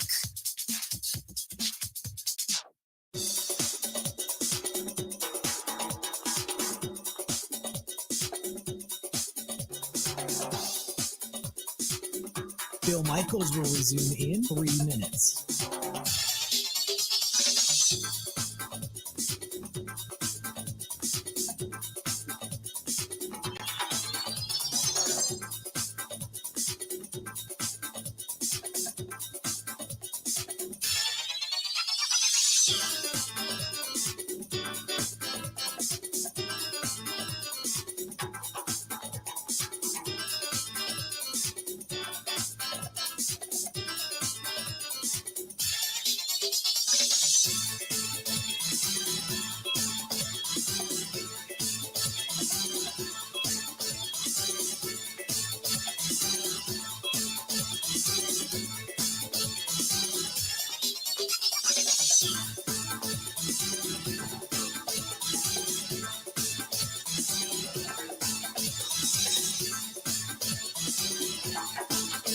Bill Michaels will resume in 2 minutes.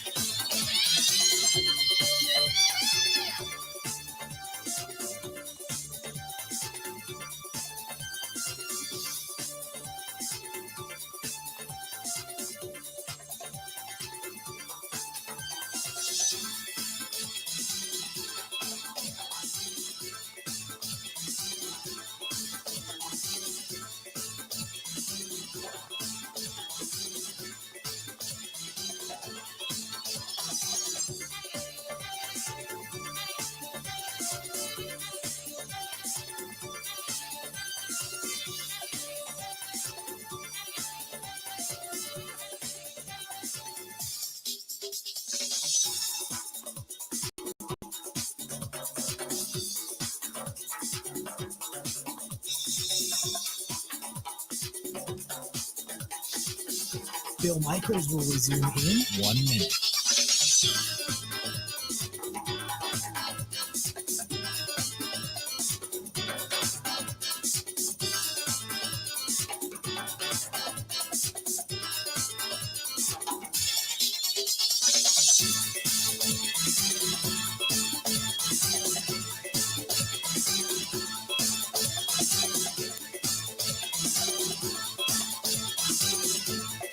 Bill Michaels will resume in 30 seconds.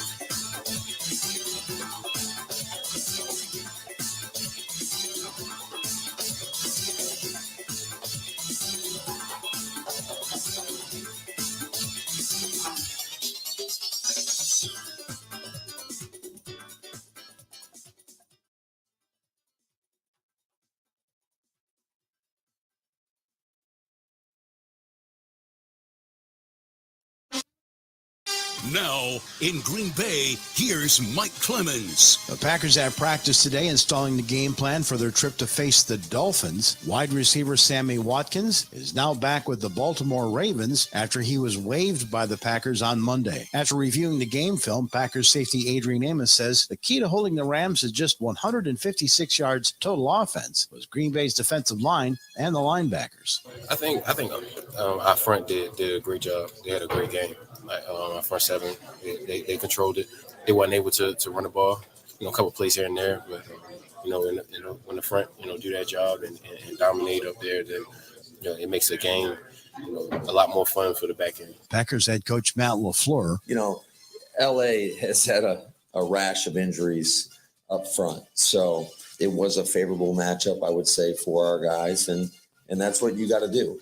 You got to win when you're expected to win, and I thought for the most part our guys were able to do that. Rasul Douglas intercepted a Baker Mayfield pass, and instead of just running with it, he says he decided to lateral it to Adrian Amos. Nearly fumbled it. When he grabbed me, I kind of twisted me. I seen Smash and Rudy, so I was like, all right, if I could just grip the ball and throw it to one of them. Smash and Rudy? No, that's why I messed up. That was my first mistake. You know what I'm saying? That was my first mistake right there. And then when I went to go throw it, it slid. But I was already in the process, so as I was going down, I just underhand, and then I seen it hit the ground. I was like, damn, it's about to be like the Raiders and the Patriots. In my head, I like, damn. That's Packers defensive back Rasul Douglas in Green Bay. I'm Mike Clemens on the Bill Michaels Show.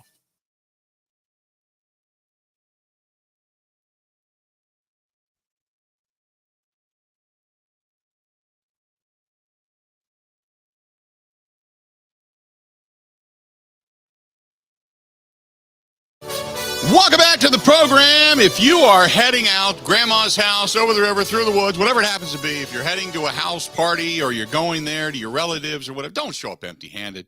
The least you can do is stop off at a wine store, liquor store, grocery store. You walk in, you say, hey, I need a bottle of Forgotten Fire wine that's made right here in Wisconsin. Wisconsin, come on. Walk in, buy one, walk into grandma's house or wherever it goes. Say, not only did I bring a bottle of wine, but it's local, grandma. It's local. Here you go. Did you make the yams? Did you make the sweet potato pie? Did you make that? Is pumpkin pie on the list? Yes. Grandma, here you go. It's made though, right, Grandma? Yes, it is made. It's cooling. It's on the table. Okay, great. Your cooking's done. Okay, here, Grandma, go get gassed. Just go enjoy it. Go get gas, Grandma. Take this bottle. It tastes good. Just go enjoy yourself. That's why they make it. So grandmas can get gassed everywhere. No way in hell am I rubbing down my relatives. Oh my goodness. That's Forgotten Fire Winery. They're in Peshtigo. Great people, great place. And I'm sure they're not paying for this ad. We don't want to get grandma gassed. Sure you do. She's more fun that way. But get a hold of them, ForgottenFireWinery.com. That is ForgottenFireWinery.com. There you go. Ben, I'm sure you're taking a couple of bottles of that, clanging your way all the way to Philadelphia, saying, here, I'm bringing wine from Wisconsin. It's fun in a bottle. Grandma, go get gassed. And then once you're gassed, Grandma, and you're passed out, you can pass me one of those coupons. I'm happy to give you a free rub down. No comment. Oh, I got one here. It's this is from Ezra. Ezra in Sheboygan listening to us says, Unit, how do you stay energized and upbeat? You guys sound so fun. I'm dragging ass today and can't wait for the weekend to begin. It's cold and it's just bitter. Can't wait for the weekend football, family, and the holidays. Now, I do notice, Ezra, that you can't wait for football, then your family and the holidays. So I like your priority list. I can't wait for the weekend football, family, and the holidays to begin. At least you make my work day go a little bit faster. Thanks. That's from Ezra listening to us in Sheboygan. Ezra, you the man. I can't wait for football. Oh, yeah, that's right. I get to see my family on holiday, too. Okay. Oh, man. We've got priorities on this program. Damn straight. Like it. Hey, speaking of priorities, the Chicago Bears, because of the win. Now, what they're expecting tomorrow, just an FYI, we were talking about this earlier. Tomorrow, they are expecting a kickoff temperature to be under 10 degrees, wind gusts upwards of 30 to 35 miles an hour, which will drive the wind chills down to minus 10 to 15 degrees below zero. So for fans who are going to, quote, tailgate, now they don't tailgate like we tailgate, okay, just an FYI. But the following is now prohibited at Soldier Field due to the cold and windy conditions. You can't bring a tent, no tent. No flags. No fire pits or open fires. No deep fryers. No oil-based cooking or frying at all. No open flames. Infrared panel or propane heaters or any type. None of them. Not allowed to have them. So in other words, no tailgating. No tethered blimps, balloons, or oversized inflatables. Tents, canopies, and umbrellas of any sizes. By the way, they put in tents twice. And along with a grilling amendment in the tailgate lot with the use of charcoal being strongly discouraged as well because the embers can fly. So in other words, stop off, go to Jimmy John's, grab a sub, maybe pack something in a cooler, keep it in your car, sit in your car, don't do a damn thing, and then come on into the stadium. For all 11 of you that are going tomorrow, that's your rules. Chicago Bears, pooping on the holidays. I agree. There's not good. Ben, how many people are going to be at the game tomorrow, do you think? In Chicago. They're not playing for anything. There's going to be some Buffalo fans, maybe. Probably more Buffalo fans than Bears fans. But it's going to be bitter cold. Your team's not playing for anything. It's Christmas Eve day. I got to admit, I'm a fan of a lot of things, but there's no way in hell, even if my team was in it, I'm probably like, cold weather, Christmas Eve, nah, Christmas Eve day, nah, it's not going to happen. I'm not doing it. Not going to do 15,000? 10,000? Yeah, I got to imagine. That stadium only holds like 58 or 60. I got to imagine. Oh, I thought it was bigger. No. It's one of the smallest, if not the smallest, in the National Football League. It's terrible. It's a terrible, craptastic place. Did you see the video of the big guy getting thrown down the stairs? No. What happened there? No, I got to send it to you. Yeah, from Eagles Bears last weekend, there was a guy in a Packers sweatshirt, a Bears scarf, and an Eagles hat that got in a fight, and then he got thrown down the stairs. From the upper deck? Yeah, I'll send you the video. I tell you this, I've watched people fall. You can see it, from the press box in that far side, that Bears sideline where the upper deck is, and that's steep. And if you start falling, you can tumble, man. You could go all the way down. Not that anybody ever has, but he had some gravity working on his side. Yeah, it's brutal. Yeah, it's brutal. No doubt. I sent it to you. Okay, I'll take a look at it during the break. Yeah, it's not awesome. I'll tell you that. No, steep. We got 2 hours down. We got 2 hours yet to go. Hang in there. Hal Habib is coming up next, and he covers the Miami Dolphins. So we're going to talk with him. We're going to get the Dolphins side of things coming into this contest against the Green Bay Packers. They're trying to put the train back on the track, too. Stay tuned. About an hour and 20 minutes from now, we also have our buddy Mike Clemens is going to be here to round out the rest of the day. So we got a lot going on. Whole lot more of the Bill Michaels Show coming up. This portion of the program brought to you by our friends over at New Mail Medical. This time of year, cakes, cookies, pies, all that kind of good stuff. You're putting it on. All-in-one weight loss program. They got it. They got it. All you got to do is ask for it. Call them 414-455-4451. That's 414-455-4451. More of the Bill Michaels Show next.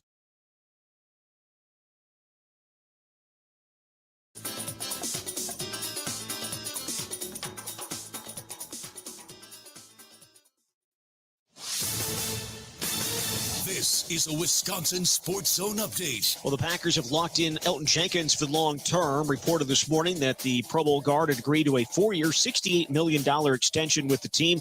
Has the potential to reach $74 million with incentives. Includes a $24 million signing bonus. Coach Matt LaFleur called it an early Christmas present for everyone in the organization. It's a great day for us, a great day for Elton. Obviously, he's earned it, and he does it the right way. And it's always fun as a coach to see guys that get rewarded for not only their performance, but what they do in that locker room and the leadership he brings. And I can't say enough great things about him. He's been just awesome since the day he set foot in this building. Jenkins and the Packers getting ready to head to Miami tomorrow. It's where they're going to take on the Dolphins on Christmas Day. Both teams desperate for a win. Miami's lost 3 straight coming in. Packers sit at 6-8, need to win out to have any chance of making the Badgers. They're going to take on Oklahoma State on Tuesday in the Guaranteed Rate Bowl.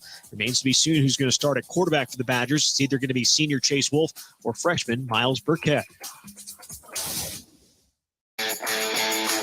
Want to save even more at Fleet Farm? Well, now you can with Fleet Rewards. It's free to sign up, and there's no credit card required. Using Fleet Rewards is easy. Earn points every time you shop. Plus, get exclusive member offers, birthday and anniversary perks, free tire rotations, and more. Download the Fleet Farm app or create an account at fleetfarm.com/rewards to start earning points today. Fleet Farm, proudly serving the Midwest since 1955. Well, the Bucs are in Brooklyn. It's where they're going to take on the Nets tonight. Brooklyn, one of the hotter teams in the league, having won 7 straight. Tip is at 6:30. And the Wisconsin basketball team's game against Grambling State tonight has been canceled due to the weather. Will not be rescheduled. With this Wisconsin Sports Zone Network update, I'm Zach Heil.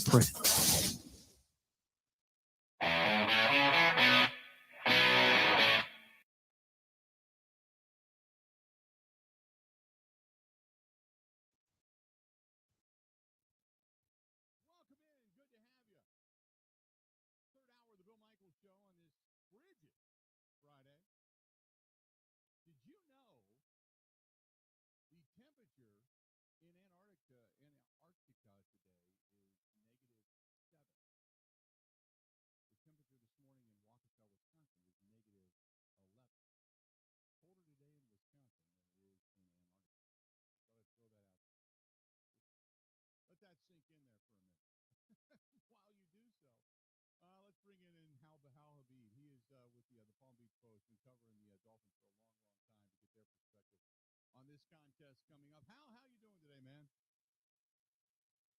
I'm doing okay, but I fear you're going to hang up on me when I tell you it's, believe it or not, 81 degrees down here right now. I heard it's 81, but I heard on Sunday, correct me if I'm wrong, it's supposed to be like a high of 60, 61 with a little bit of rain. Right now, weather.com is telling me a high of 55 on Sunday. It's going to drop pretty rapidly here today, but I'm sure that no one listening to this right now has any sympathy for our frigid weather down here this weekend.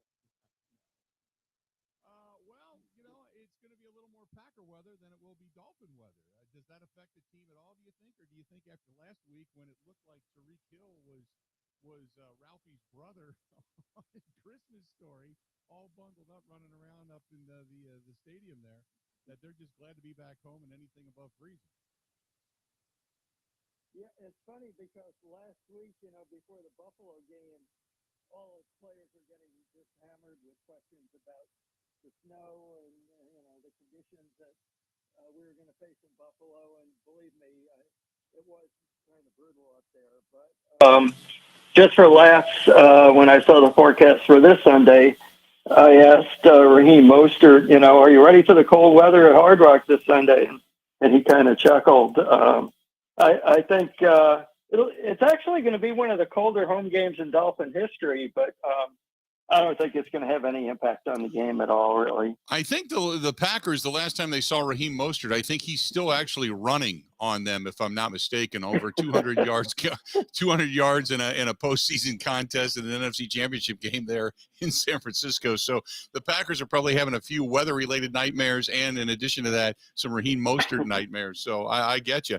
Hey, this team in desperate need of a win. They're trying to put the train back on the track. What has been ailing the Dolphins as of late? Well, a lot of things. The offense has not looked like the offense for the most part during that 3-game losing streak. And, of course, all those games were on the road. So this team does play a little bit differently at home versus on the road, especially defensively. For a large part of the year, they have been two different teams. But they started to get things a little bit back on track in Buffalo. The fact that they gave Buffalo such a good game and were leading in the fourth quarter, it really came down to that last drive where, Buffalo went the length of the field on Miami's defense. So there were some good things to come out of that game that give the players a little bit of confidence right now.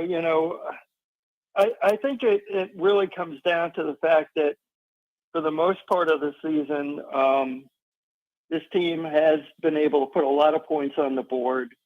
Their receivers are giving teams trouble, and I think they're going to lean on that and hope that the defense plays more to the ceiling of what they've been this year rather than the floor. So if they can put that together, then they'll be okay. Win a couple of games out of the last 3, and they'll make the playoffs. Talk about Tua in this stretch, because it's obviously a little bit of adversity. He started off the season so incredibly strong. They're 3-0, and then they lost 3 straight. And then after that, they went on to win 5 more. And now they're back into the funk where they've lost 3 straight. So talk a little bit about how Tua's handled that adversity. Well, Tua prides himself on being on even keel, and Mike McDaniel is much the same way. But when you look at what he's done on the field, he was just so incredibly accurate for the first half of the season. And I think that maybe it was unrealistic to expect him to stay that accurate for 17 games. But at the same time, there were times over these past few games when he's been very inaccurate, to be honest with you, where some guys have been open and he's just flat out missed them. Other times he's gotten the ball pretty much on target and guys have dropped balls.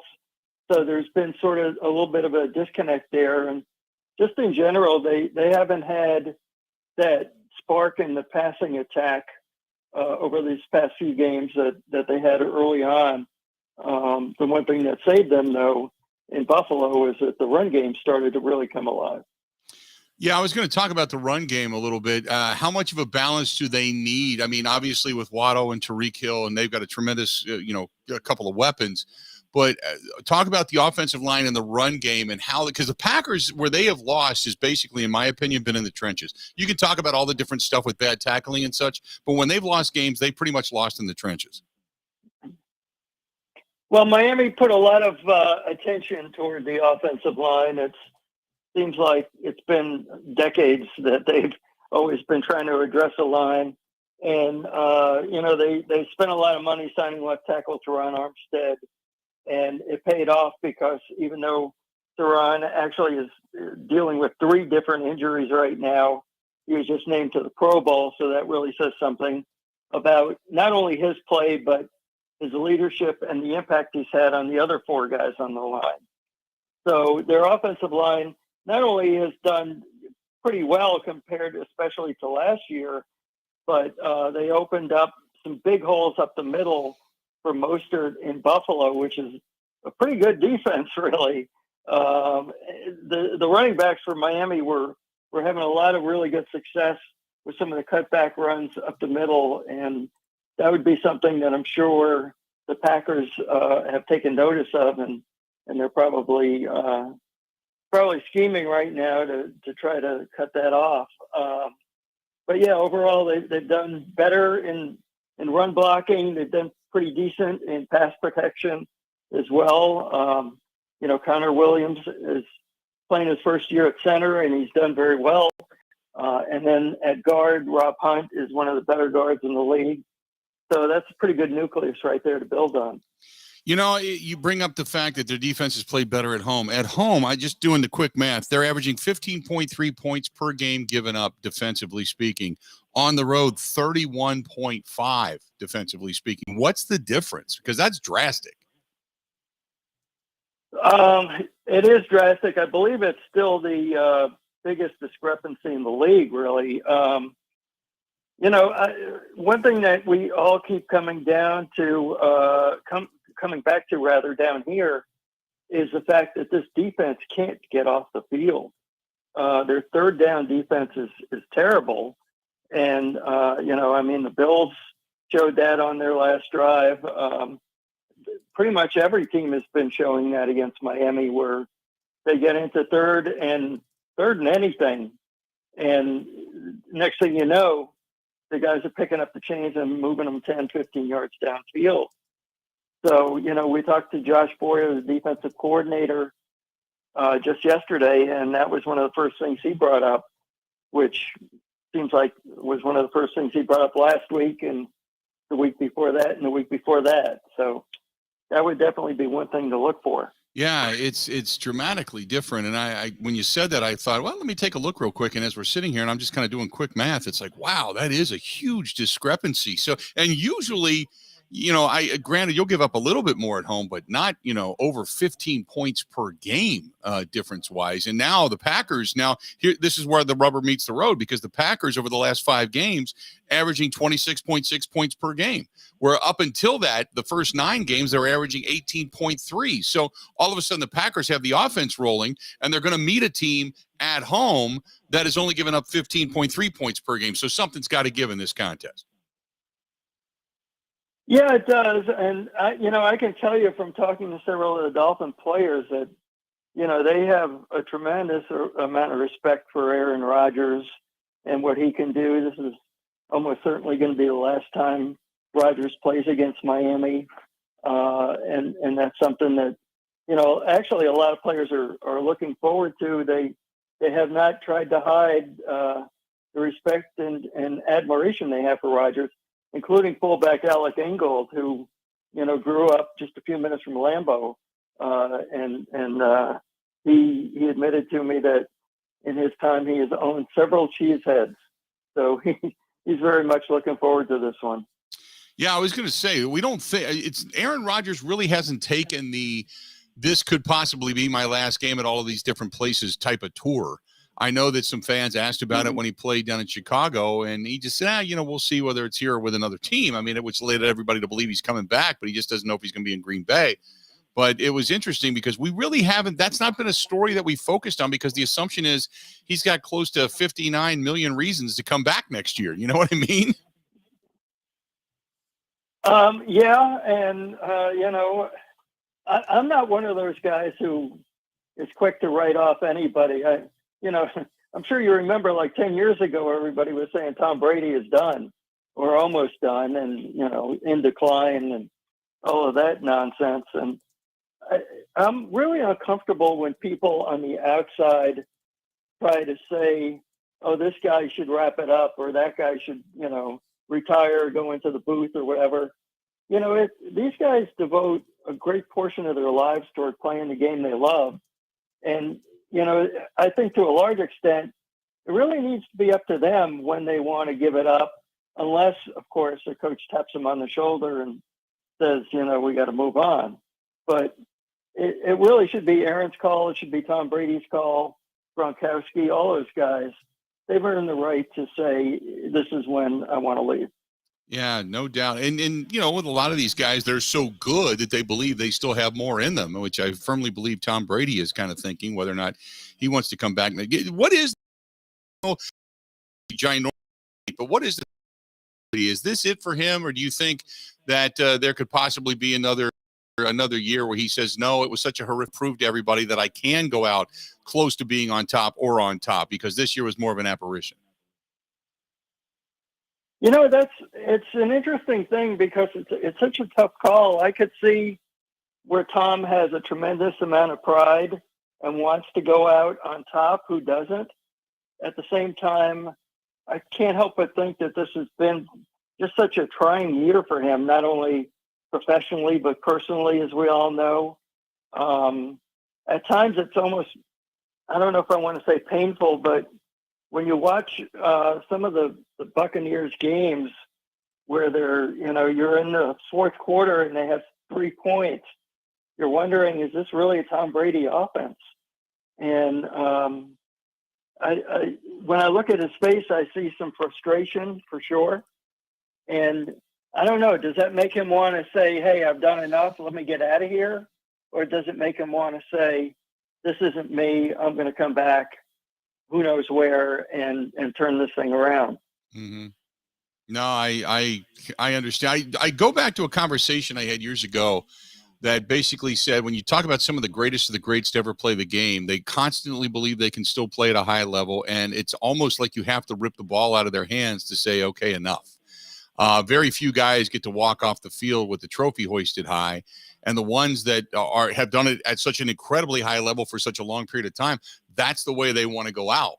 So if they're not there and their career is diminishing, they continue to keep trying to climb that mountain to get back to so they can go out the way they want to go out. But sometimes it's just not meant to be because you don't have enough talent around you. Hal, it's always great, man. I appreciate you joining us for a couple of minutes. Best of luck with the weather down there. I would have a snow shovel nearby just in case, but just shovel up all the water from the rain.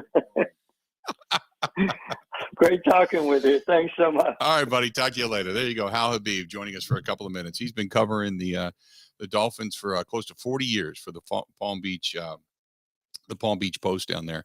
And interesting, when you look at that defense at home, and I just did the quick math. At home, they've lost one game, and that was a game, I think it was to the Vikings. They gave up 24 points. Everything else has been less than 17. Or no, excuse me, one was 19. They gave up 7, 19, 10, 17, and 15. They average 15.3 points per game given up, defensively speaking. On the road, their defense gives up 31.5 points per game. It is a dramatically different defense in Miami versus on the road. And why, I don't know, but it's just dramatically different. 877-867-1670. About an hour from now, we're going to talk with Mike Clemens. He's going to take us the rest of the way. Hang in there. Got a lot more to get to. After hearing that, did it give you any more or less confidence in the Green Bay Packers getting a win?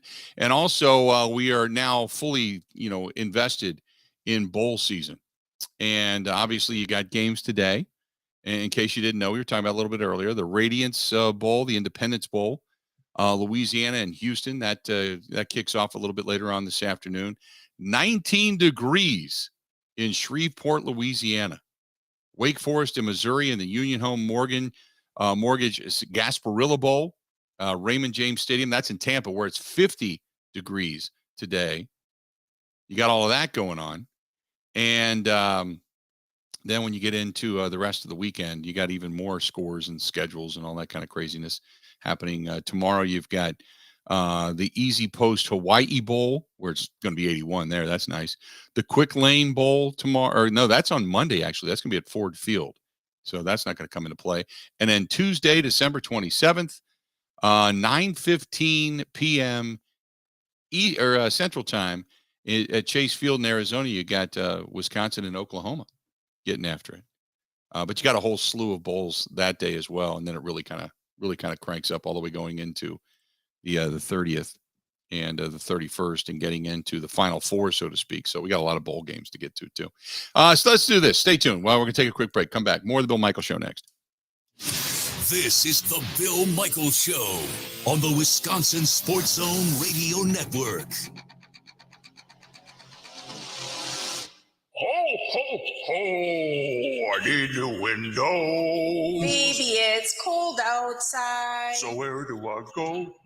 Come on, Santa. Go to Pella Windows and Doors of Wisconsin. Now is the time to replace your leaky windows and doors. You and Mrs. Claus can get your new windows while putting no money down, no payments, and no interest for up to 24 months. Unwrap this gift now, but pay for it 2 years later. More jingle that stays in my pocket. That's right, Santa. Plus, our elves install year-round and in as little as 1 day. Pella offers lines in luxurious wood to fiberglass and vinyl. Why not make a New Year's resolution today? That's the spirit, Santa. Hella no, pay later. Absolutely. Put no money down, no payments, and no interest for up to 24 months. But you have to hurry. Offer ends December 31st. Schedule your free consultation today at PellaWI.com. Sure, with the license for details.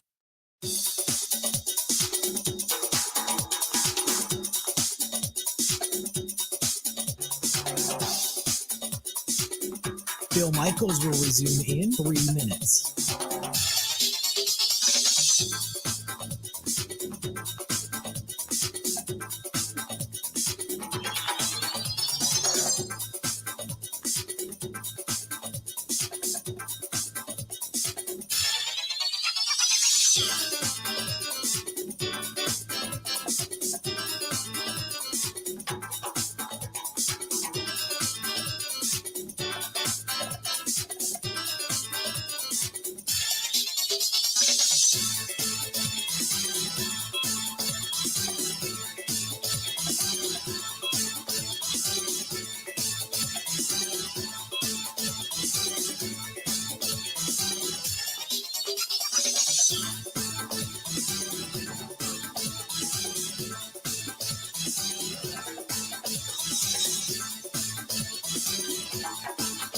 Bill Michaels will resume in 2 minutes.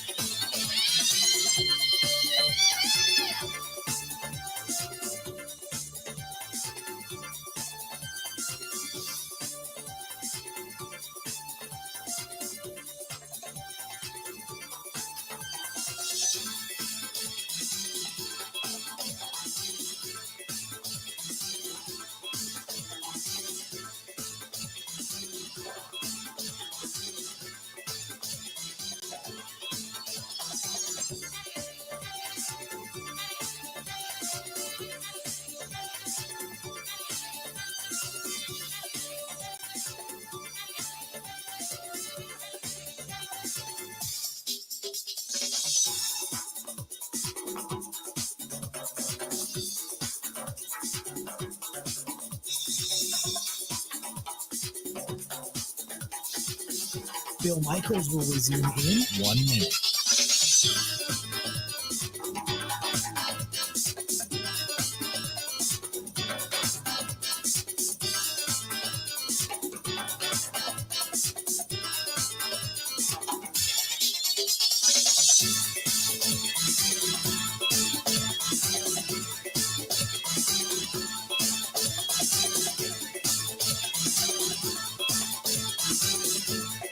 Bill Michaels will resume in 30 seconds.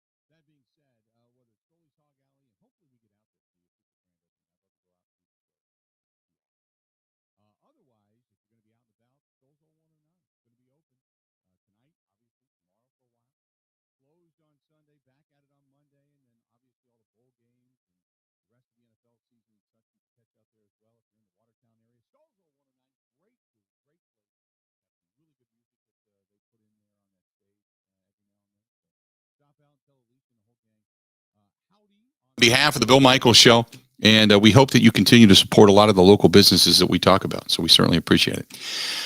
Talking to our buddy Hal Habib, the Miami Dolphins defense at home, giving up only 15.3 points per game. On the road, they're giving up 31.5 points per game. Now, here's something to remember when you talk about the Dolphins in that sense. Over the last 3 games, they've given up 33, 23, and 32. 33, 23, and 32. Prior to that, at home, they gave up 15. But all 3 games that they just lost are on the road. Lost to the 49ers, lost to the Chargers, which, by the way, that's East Coast to West Coast games. And then they had to fly north to Buffalo. They lost that one in a close one, in a cold weather game. But 33, 23, and 32. That's what they've given up per game over the last 3 games. Hopefully that trend stays and the ability to shut teams down at home does not remain, because prior to that, they played they played the Texans and the Browns. Texans, they beat them 30-15 at home. They beat the Browns 39-17 at home. They beat the Bears, but beat them on the road 35-32. They beat the Lions on the road 31-27. The Steelers, not a great football team, at home 16-10. The home loss that they had, they lost some games at home. One was to the Vikings at 24-16. That's their only home loss, I should say. They beat the Bills earlier this year at home 21-19, and then they beat the Patriots at home 20-7. So they haven't played a juggernaut schedule at home, which also plays into that. So you can look at those numbers and go, wow, that's an amazing difference. And it is. But they also haven't played nearly the competition at home that they have played on the road. They have got the Packers at home and then the Jets at home. The next week they go on the road to take on the Patriots, but the Jets are the final game of the season, and that game is at Hard Rock. So they haven't had a juggernaut of a schedule at home, but nevertheless, Packers come into this one over the last 5, averaging 26.6 points per game, and they're only giving up 15.3 points per game at home. So there you go. Whatever you want to read into it, you can, but I just thought I'd throw it out there. Just some more statistics, so to speak. This is from Fandemonium Steve, who says, doesn't matter, going to be at the game this weekend. Looking forward to going down to Miami and getting out of the 20 below. I'll take 50 in some rain. That's not going to hurt me and certainly won't make me melt. As a Packer fan, I can't wait to celebrate a Packers win on Christmas Day on the road in Miami. Merry Christmas. There you go. Good stuff. I'll take the optimism. I'm with you. I'll take the optimism right there. What else do we have here for you? Got a couple others I want to get to. This one, this is from our buddy Steve. Steve says, hey, Unit, Merry Christmas to you and yours. He says, I think that the Packers offense is finally starting to click. I wouldn't be surprised if Christian Watson gets over the top once or twice in this contest. He was quiet last week, and that's odd for him as of late. I think Romeo Doubs coming back is a guy that you're going to have to account for because he's really good on the crossing patterns. If you've watched, he knows where to go, he knows where to sit, and he's on the same page already with Aaron Rodgers. That's something that's only going to get better. Randall Cobb is having a solid season, even though he does get hurt quite often. He got hurt once, remember, but he was down for a few games. So I don't want to say quite often, but I get it. And then Alan Lazard's a fine complimentary piece. How come they don't use Tanyan more specifically in the red zone? That's a great question. And I really thought that Tanyan would have a bunch of touchdowns this year in the red zone. And we've seen red zone drives stall. And Tanyan has not been nearly as active as I thought he would be. And that's it. I really think if this team is going to continue to expand offensively, that's something they got to look into just a little bit more. Just a little bit. And play action helps that so much. But I understand. I agree with you. I think a part of the year was early on the shuffling of the offensive line. It didn't really account for that because you were bringing tight ends in to do more blocking than you were actually going out for passes. So I understand that, but that's a great question. I would like to see Robert Tanyan involved more in the pass game in the red zone. He's got that capability, specifically now that you have Watson and have Doubs and have Cobb kind of like on that same page, so to speak. And then that leaves the free man open in kind of a mismatch coverage in Robert Tanyan. I wouldn't. It would not surprise him a little. I 100% agree with you. And thanks for the email. I appreciate it so much. 877-867-1670. 877-867-1670. By the way, he says, Steve says, I think you should coin the phrase dumbassery. It's a beautiful thing. So, okay. Oh, goodness. Jim says, I missed the beginning of the show. I see that Elton Jenkins received a huge contract extension. Yes, he did. Yes, he did. $24 million guaranteed. He is the second highest paid guard now in the National Football League and pretty much deserving it. He's played extremely well. Let's be honest. He's played extremely well. And he also says, oh, no, that's just a picture. Never mind. Highest paid. Yep, you are correct. 877-867-1670. Let's go back to the phone calls. Talk to our buddy Mike listening to us in Rockford. Mike, how you doing today, man? What's going on?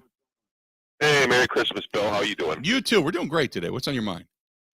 Yeah, listen, we're talking about how the Packers offense is coming alive, and I agree with you. I think, things are starting to happen.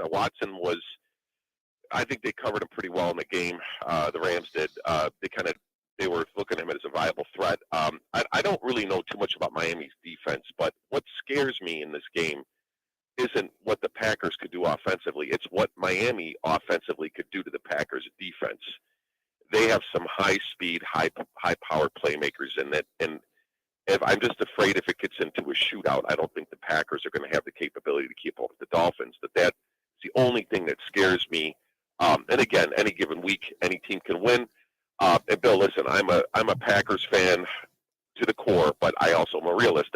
A few weeks ago, we were just talking about how horrible the season was, and I'm not taking anything away. They beat two teams pretty handily. That's what good teams should do to bad teams. So they did what they were supposed to do against the Rams and the Bears, but reality's going to come back because the next three opponents are much better than the last two they played. And, in the beginning of the year when they lost to the Jets and the Commanders and the Giants, everybody thought, well, how could they lose to these teams? And here we find out those two teams are pretty good. So I'll hang up, Bill, and thanks for taking my call. Again, Merry Christmas. And like I said, I'm just a little worried about the Packers defense going up against that high-powered offense. No, I would agree with that. Appreciate the phone call. When you talk about Tyreek Hill, Waddle, Mostert obviously has had success against the Packers in running the football. They're pretty good in the trenches. Tua's obviously having a much better year than maybe what some expected, although he's really not lived up totally to the hype. Specifically over the last three games, they played pretty solid in Buffalo, but still didn't walk away with a victory. Their defense has been giving up a lot of points as of late, as I had mentioned.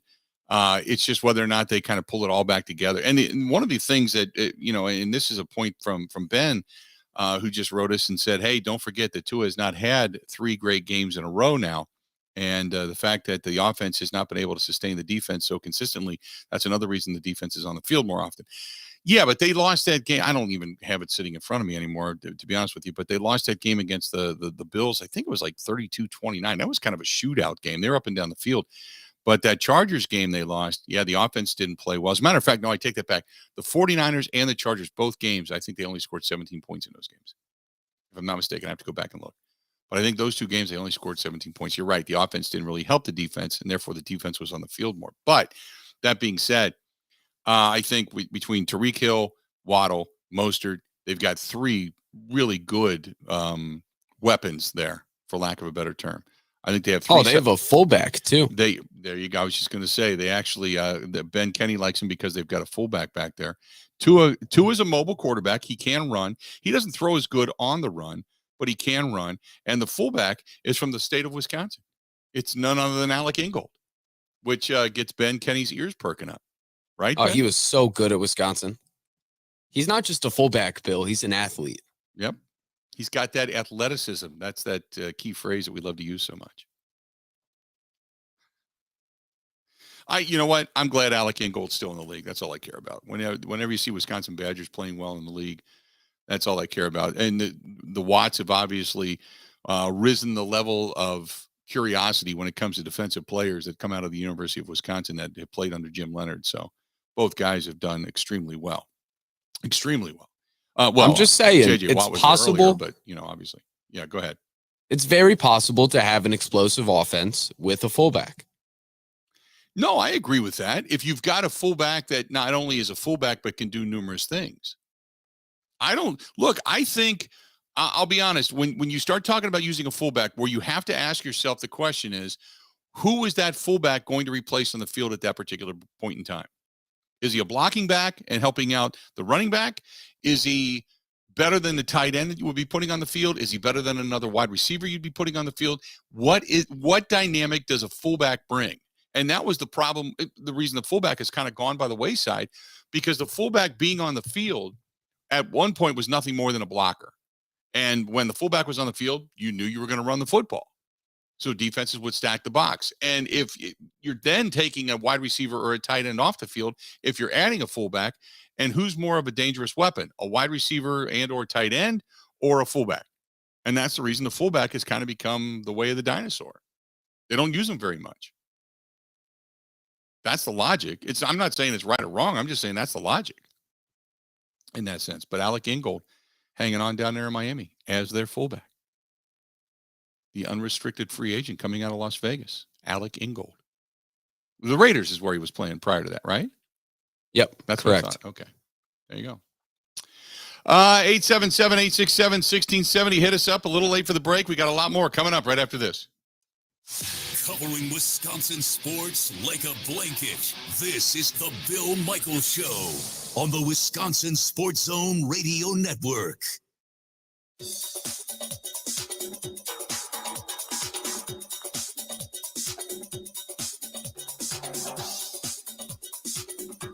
Bill Michaels will resume in 5 minutes.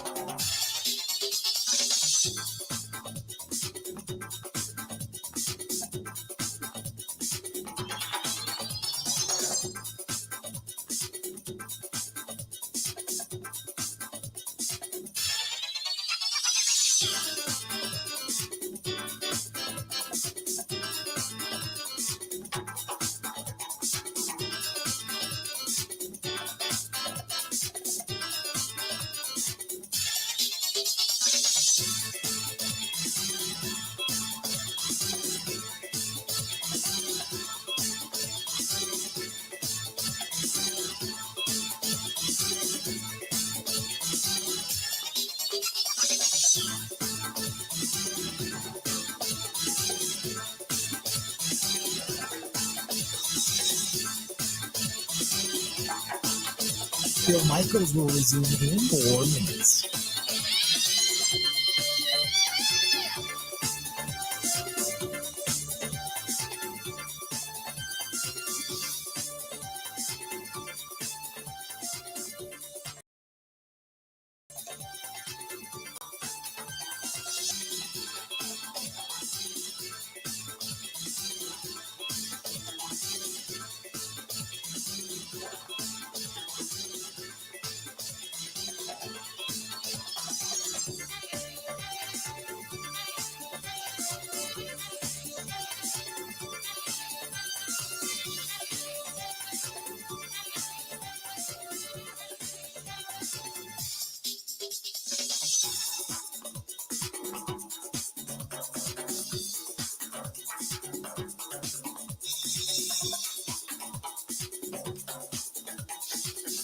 Bill Michaels will resume in 3 minutes.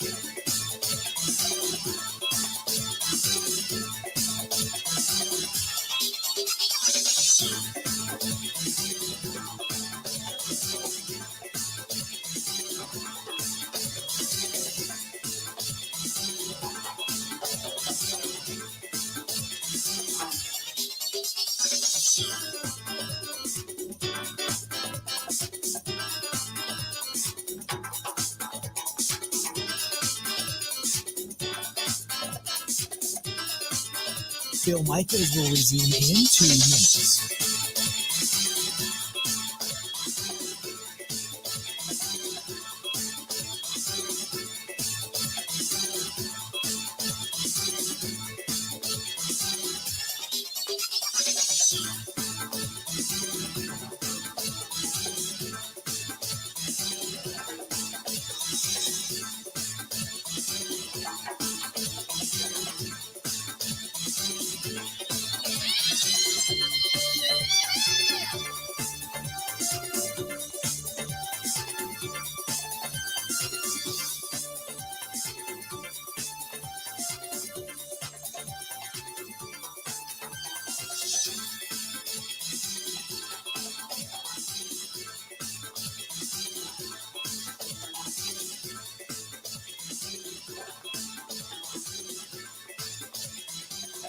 Bill Michaels will resume in 1 minute.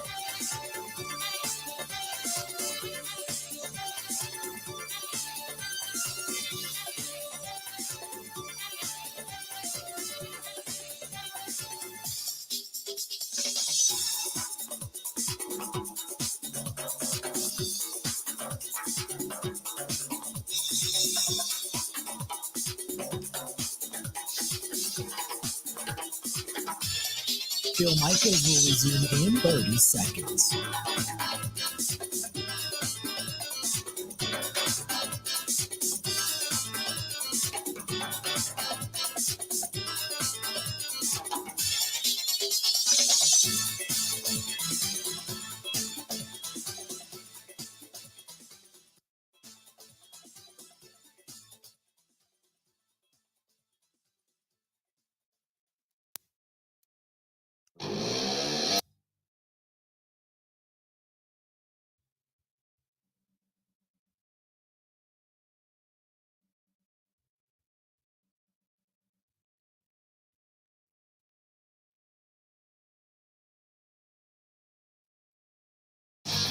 Welcome back. Good to have you.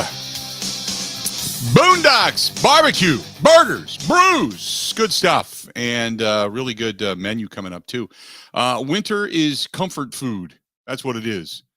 Winter is for comfort, food, warmth, and they've got it all. They've got barbecue out there. They got new appetizers that are out there. Butternut squash flatbread they are introducing. They have all kinds of good stuff. Really good. And they have a New Year's Eve menu, smoked beef meatloaf bites, fried okra, grouper Oscar, stuffed pork loin, smoked prime rib. They got everything going on for New Year's Eve. So check out our friends at Boondocks Barbecue Burgers and Brews. And right there on County Road K in Oconomowoc, tell them we said hi. For sure. Go to boondocksbbq.com. boondocksbbq.com. There you have it. 877-867-1670, 877-867-1670. If you want to give us a shout, please feel free to do it. This comes from David.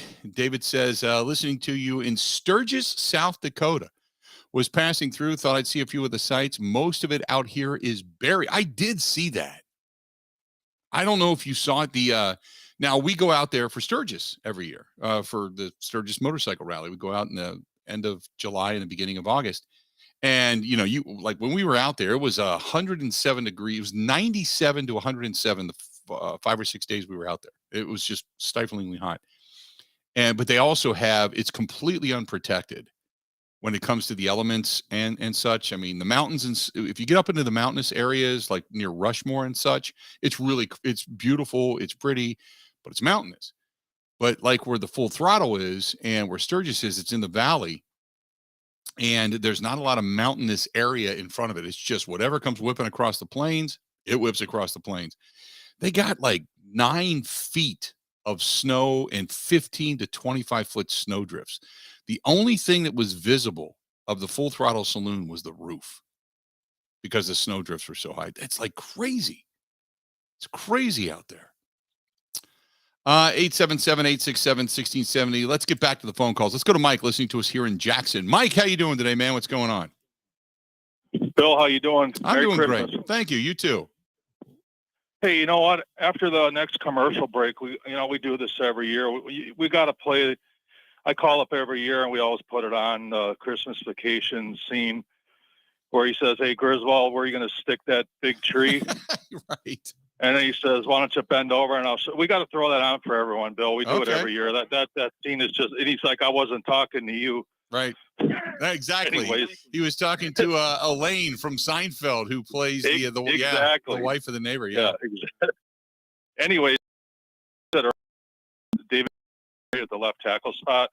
If he's healthy, yeah, it's a gamble, rolling the dice. But like you said, how do you find a left tackle of that caliber? I mean, they don't just come along every day, and it's like I know it's a risk with the injuries he's had, but I'm almost thinking if he's healthy, he has another off season to come back. I mean, how do you not bring David Bakhtiari back and put him out there? Right. I mean, it's crazy. I got the only reason. Let me say this: the only reason you get rid of Bakhtiari is because of the money. That's it. And if Zach Tom can do an adequate job, then you save a ton of money. You can add that money in other areas. But that would be the only reason you would probably get rid of Bakhtiari at this point. I got Packers 30, Dolphins 27. It's going to come down to a field goal with time running out in the fourth quarter. We're going to have a Merry Christmas and celebrate a win. And then who knows, if we win out, things could get real interesting. Boy, I tell you what, if the Packers win out, like I've said before, they're going to be one of the hottest teams in football heading into the postseason. And they could end up playing Minnesota in Minnesota. You know, how interesting would that be if the Packers could end up doing that? I appreciate the phone call as always. But, yeah, the way it stands right now, if the Packers could get in, let's say as the last wild card, they would play Minnesota in Minnesota in round 1 of the NFL postseason. New York would end up playing New York or Washington, depending, would end up playing San Francisco. Dallas would play the Tampa Bay Buccaneers in Tampa Bay. And then you'd have the winners that go from there. It's not a bad way to go. And then Philadelphia would play the lowest seed. So if the Packers would win, they would then go to Philadelphia. If Minnesota would win, then it would be probably the winner of New York and San Francisco or Tampa Bay and Dallas that ends up in Philadelphia. But, yeah, how about that?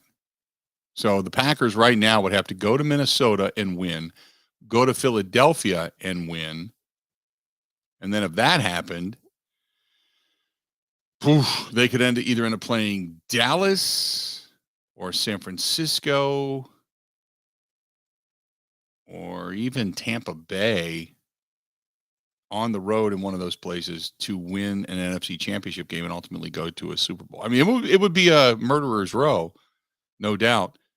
But again, that's the way things are shaking out right now. 877-867-1670.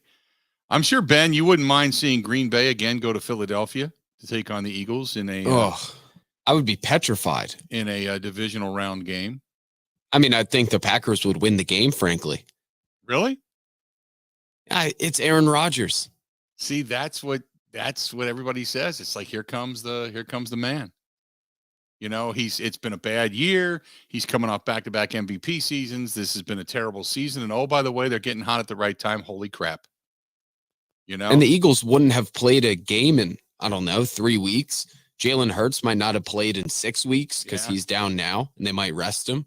I would be petrified about that. I know that a lot of Vikings fans would not want to see Green Bay come walking through that door. Oh, they'd kill him. Oh, you think so? You think so? The Packers would kill the Vikings. If I'm Vikings fan, I know we got a lot of Vikings fans. I'm going to throw it out there. Vikings, specifically on the western portion of the state. We got them up in Eau Claire. We got them in La Crosse and such, over in Viroqua. You go north, you go to the Marshfield area, you go to the Wausau area, Stevens Point area, all throughout. For the Vikings fans that are in the state right now, just hit us up. Would you want to see Green Bay come walking through the door at US Bank Stadium in the postseason? If the Packers win out, which would be 5 in a row, and starting to look like the Packers again, would you want to see them? And the only thing I can say about that first game at US Bank Stadium was that had Christian Watson caught that football, everybody's wondering if the season would be different. I don't think so. I think the Packers would have scored. That would have been it. The Packers defensively didn't have an answer for Justin Jefferson. I don't know how much the Packers are learned from their own mistakes and how much Joe Barry will actually learn, but I think it would be a different game. That's for sure. But would you want to see Green Bay winners of 5 straight and getting themselves into the postseason? Would you want to see the Packers come walking through the doors of US Bank Stadium as the first team you're going to face in the postseason this year? Think about that. 877-867-1670. 877-867-1670. Stay tuned. We got more of the Bill Michaels Show next. Covering Wisconsin sports like a blanket. This is the Bill Michaels Show on the Wisconsin Sports Zone Radio Network.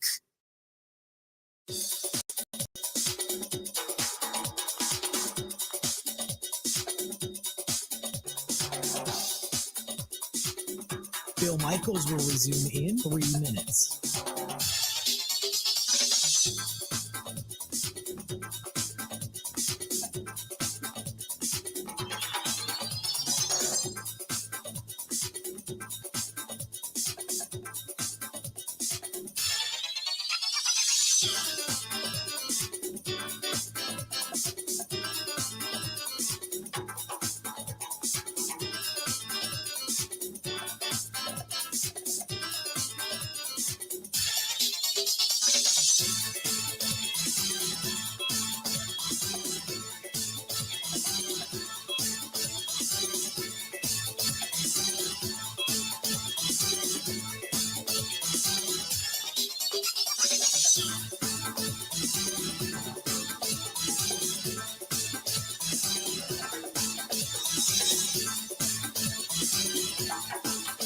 Bill Michaels will resume in 2 minutes.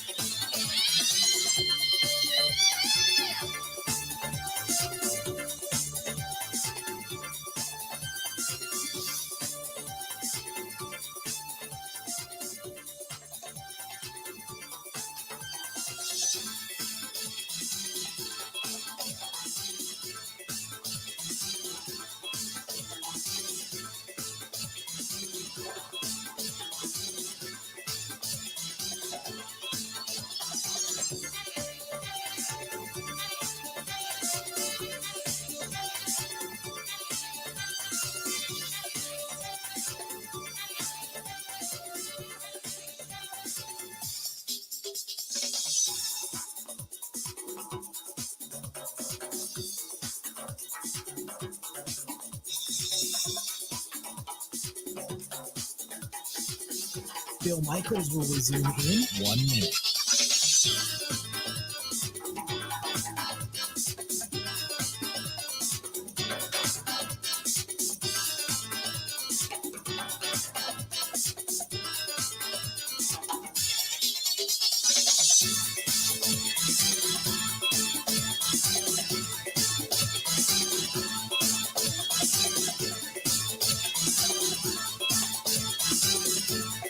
Bill Michaels will resume in 30 seconds.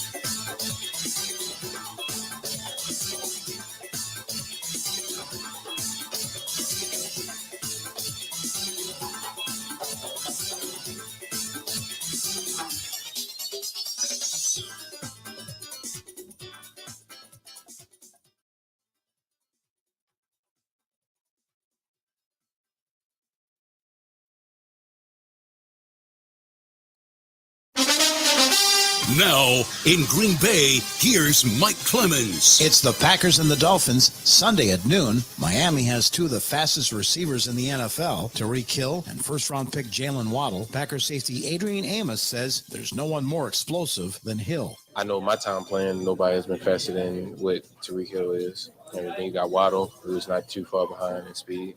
They fast. I mean, they can run. It's the same with, when you was playing Kansas City a couple years ago when you had, was it Harmon?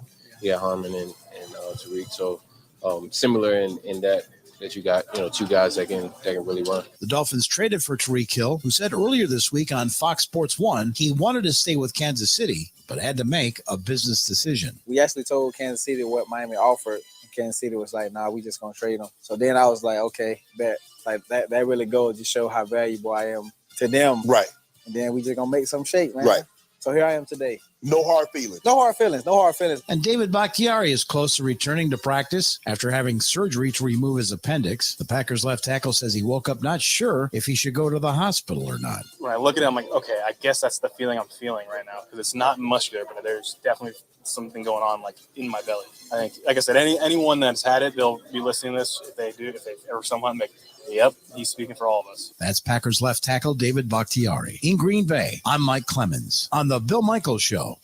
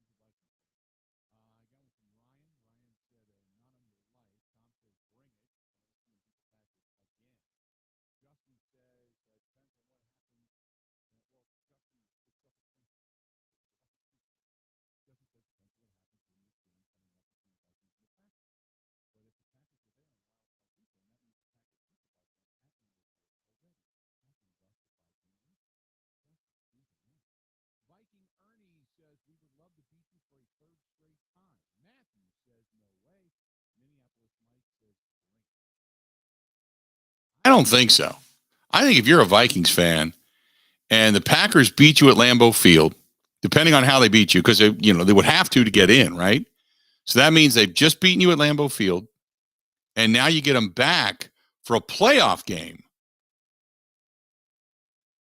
at U.S. Bank Stadium. Now, U.S. Bank Stadium, I have said, it's one of the best productions of a football game in the entire NFL.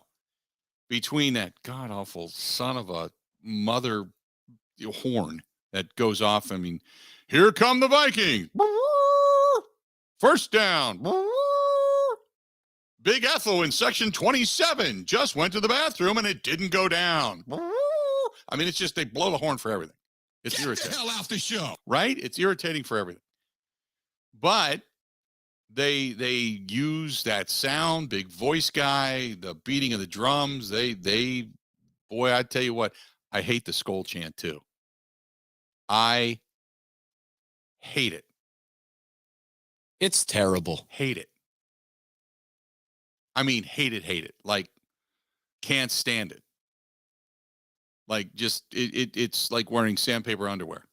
Terrible. I don't know why it does, but even if I was a Vikings fan, I would hate it. I just do. I don't know why, I just do. So anyway, back to my point. I don't know if I'm a Vikings fan, if I want to see them come rolling into U.S. Bank Stadium. I'm just saying.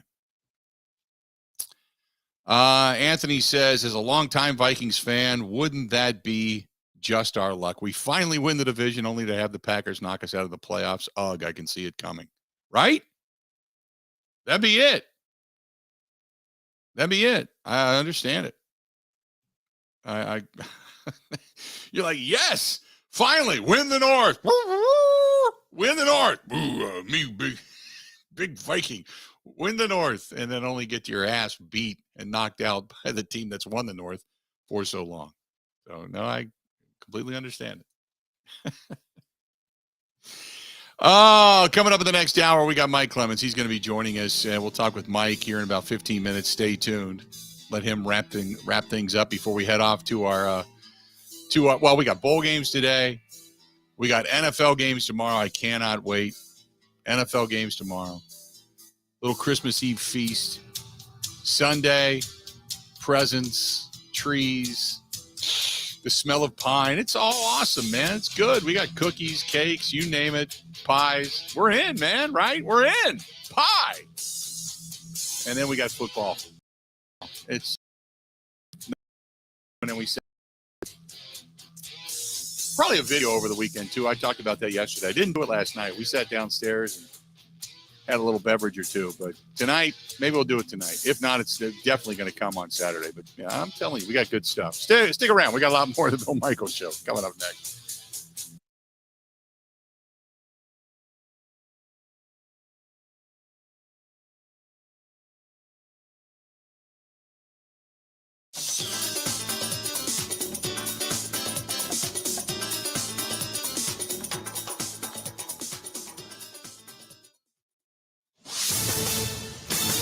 This is a Wisconsin Sports Zone update. Well, the Packers have locked in Elton Jenkins for the long term. Reported this morning that the Pro Bowl guard had agreed to a 4-year, $68 million extension with the team, has a potential to reach $74 million with incentives, includes a $24 million signing bonus. Coach Matt LaFleur called it an early Christmas present for everyone in the organization. It's a great day for us, a great day for Elton. Obviously, he's earned it, and he does it the right way, and it's always fun as a coach to see guys that get rewarded for not only their performance, but what they do in that locker room and the leadership he brings. And I can't say enough great things about him. He's been just awesome since the day he set foot in this building. Jenkins and the Packers getting ready to head to Miami tomorrow. It's where they're going to take on the Dolphins on Christmas Day. Both teams desperate for a win. Miami's lost 3 straight coming in. Packers sit at 6-8, need to win out to have any chance of making the playoffs. Turning to the Badgers, they're going to leave tomorrow for Phoenix. It's where they're going to take on Oklahoma State on Tuesday in the Guaranteed Rate Bowl. Remains to be seen who's going to start at quarterback for the Badgers. It's either going to be senior Chase Wolf or freshman Miles Burkett. Want to save even more at Fleet Farm? Well, now you can with Fleet Rewards. It's free to sign up, and there's no credit card required. Using Fleet Rewards is easy. Earn points every time you shop. Plus, get exclusive member offers, birthday and anniversary perks, free tire rotations, and more. Download the Fleet Farm app or create an account at fleetfarm.com/rewards to start earning points today. Fleet Farm, proudly serving the Midwest since 1955. Well, the Bucs are in Brooklyn. It's where they're going to take on the Nets tonight. Brooklyn, one of the hotter teams in the league, having won 7 straight. Tip is at 6:30. And the Wisconsin basketball team's game against Grambling State tonight's been canceled due to the weather. Will not be rescheduled. With this Wisconsin Sports Zone Network update, I'm Zach Heilprin.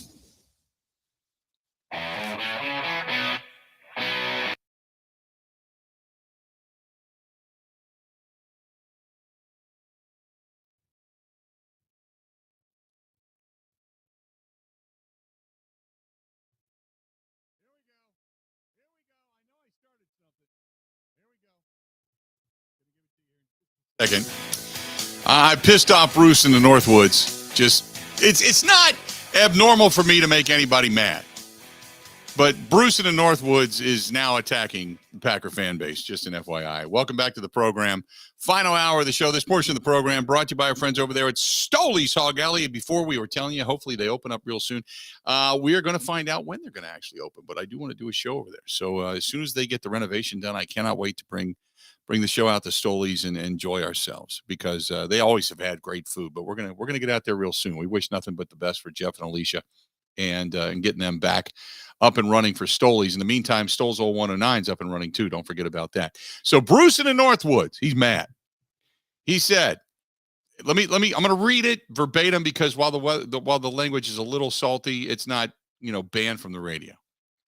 He starts out with two words. Hey, dumbass. There you go. Now, Ben, right away, whenever you get an email that starts out with the words, hey, dumbass, you can kind of think it's not going to be flattering, right? I think so. I'd think about good content. There you go. He says, Justin Jefferson is still catching passes. Packers fans are having nightmares. Our horn is better than your dumbass go pack go chant. What the hell is that? You sound like a bunch of candy-ass kindergartners yelling, go team, yay. Skull is a manly Norwegian chant that comes from physical domination. You want us? Bring it. We're ready for you. That is from Bruce in the Northwoods. I can just see Bruce typing it, like pounding on his keyboard, Just, Bruce is mad at me. Okay. Skull is a... Goes back to pass. He pumps. Now he fires over the middle. Intercepted. I can't believe what I'm seeing right now. It was intercepted by Tracy Porter near side to the 40, and John Sullivan runs him down at the 47-yard line. You've got to be kidding me. I can't believe what I just saw. Look. Did you let it play? Because that's where he goes. This is the held on to a ball. He could have easily gotten 5 or 6 yards if he would have just pulled that thing down and dove forward. But why do you even ponder passing? I mean, you can take a knee and try a 56-yard field goal. This is not Detroit, man. This is the Super Bowl. Yes. Yes. Skull. Skull. Skull. Love it.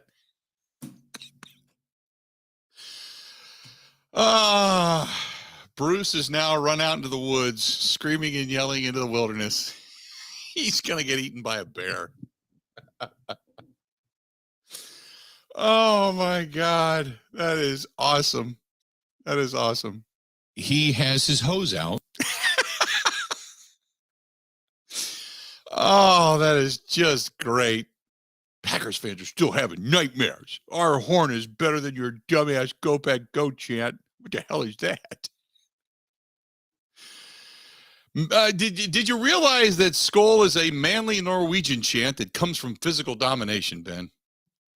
Well, I knew it. They ripped it off from the Iceland soccer team. There you go. That's an Iceland thing to do, and it was a complete ripoff. Okay. So they're ripping it off from soccer. All right.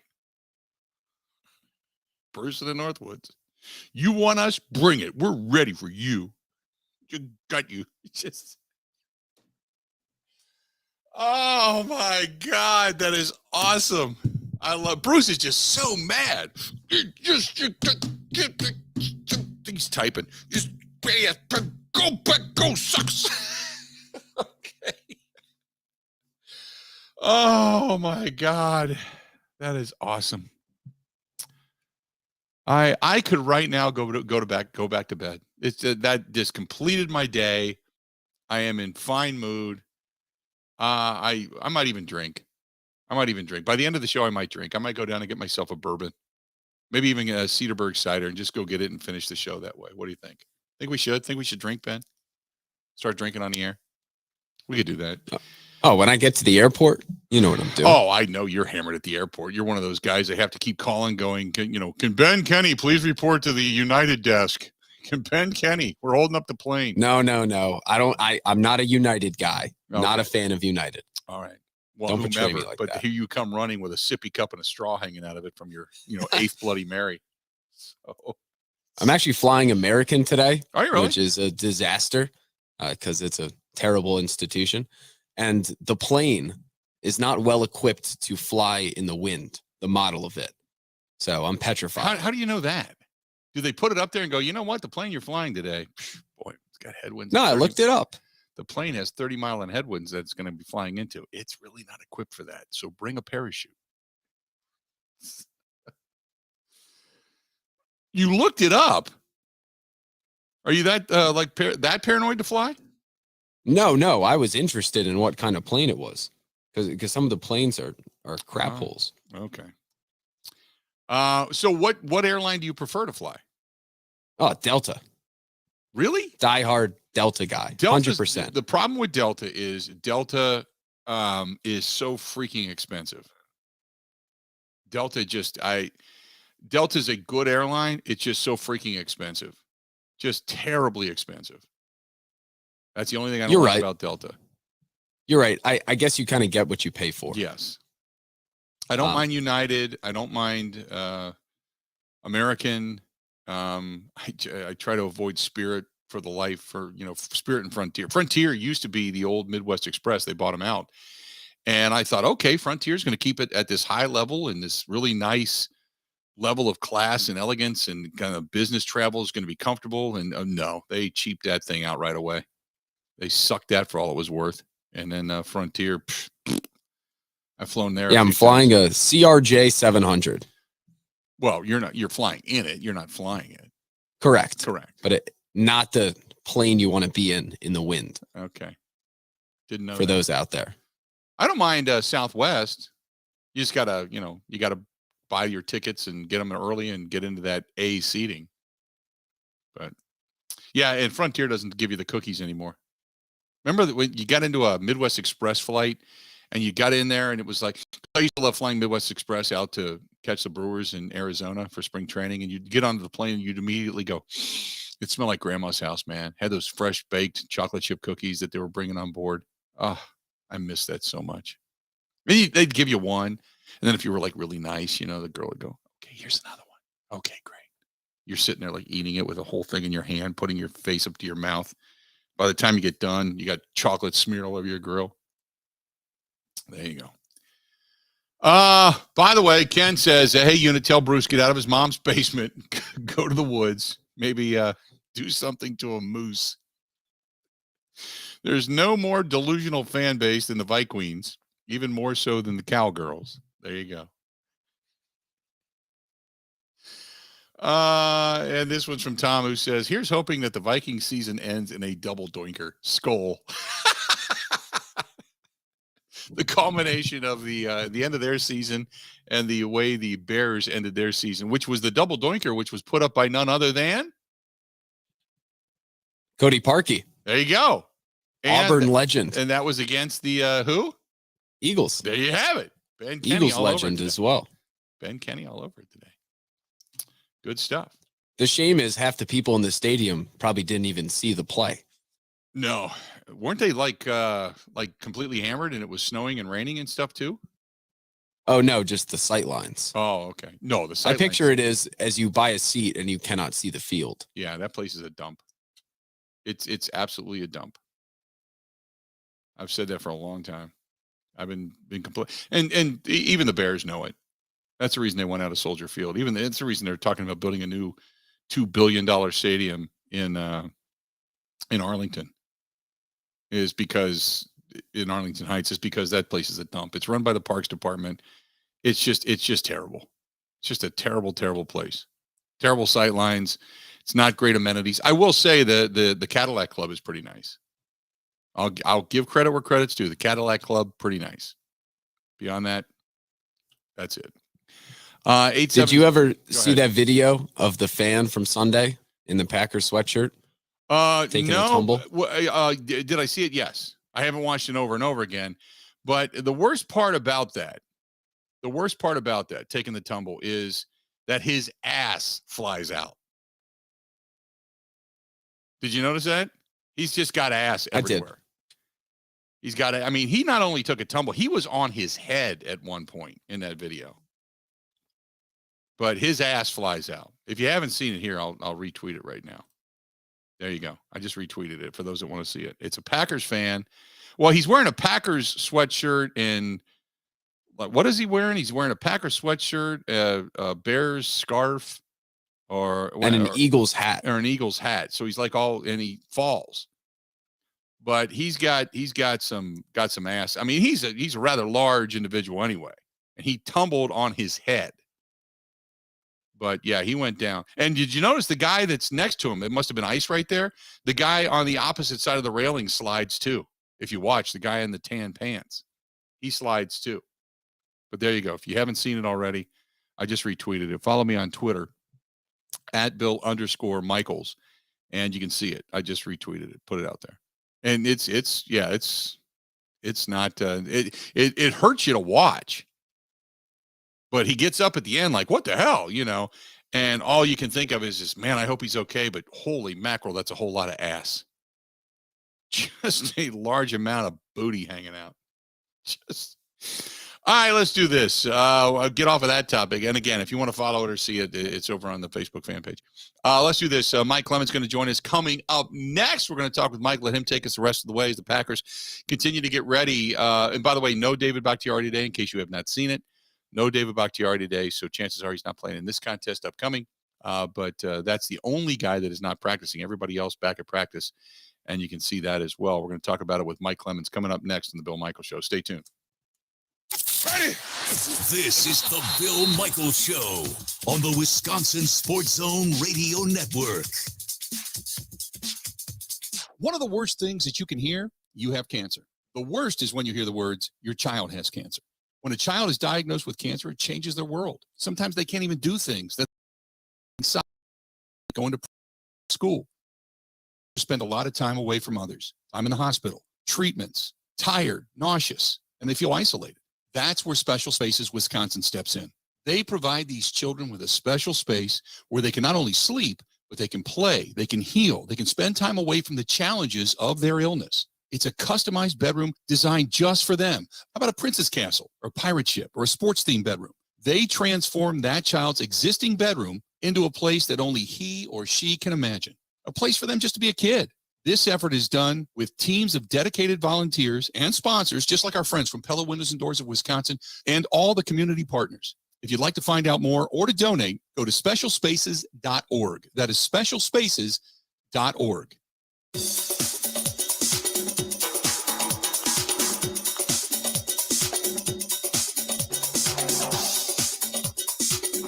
Bill Michaels will resume in 3 minutes.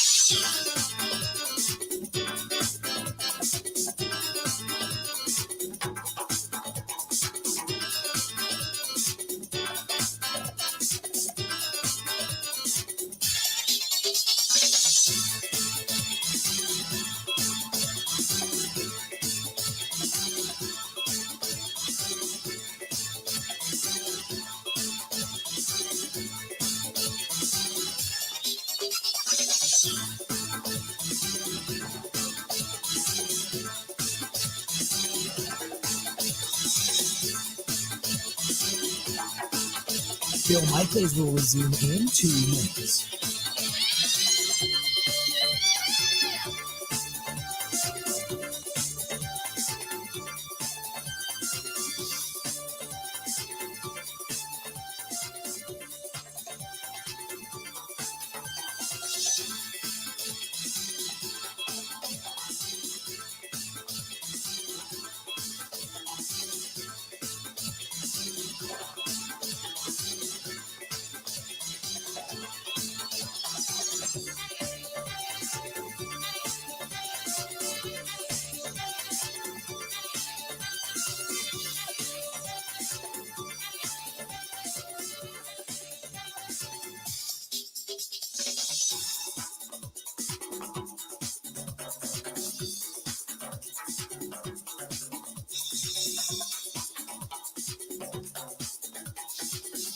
Bill Michaels will resume in 1 minute.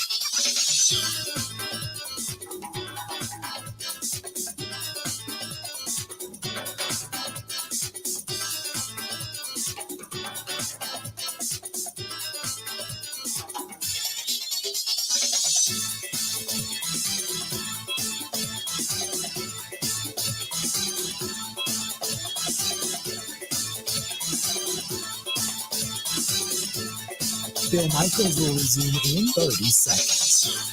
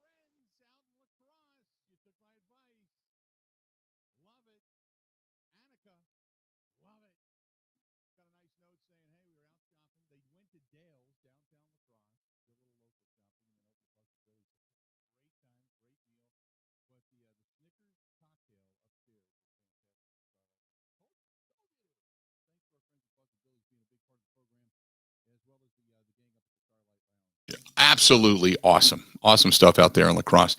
Bring him in now. Our good buddy Mike Clemens joining us. Michael, how you doing, pal? Good, Bill. Your thoughts on the Elton Jenkins deal? How much did you say it was for on the air today? The Packers have confirmed it with a email they put out in the last hour or so.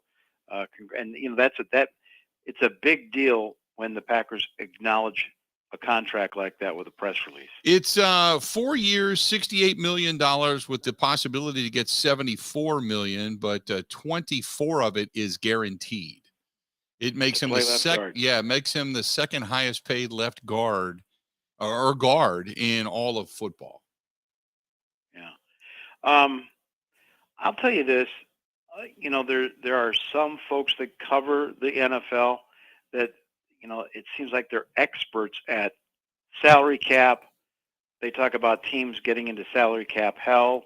I see teams doing more damage to themselves by giving up too many draft picks for me than I ever hear people.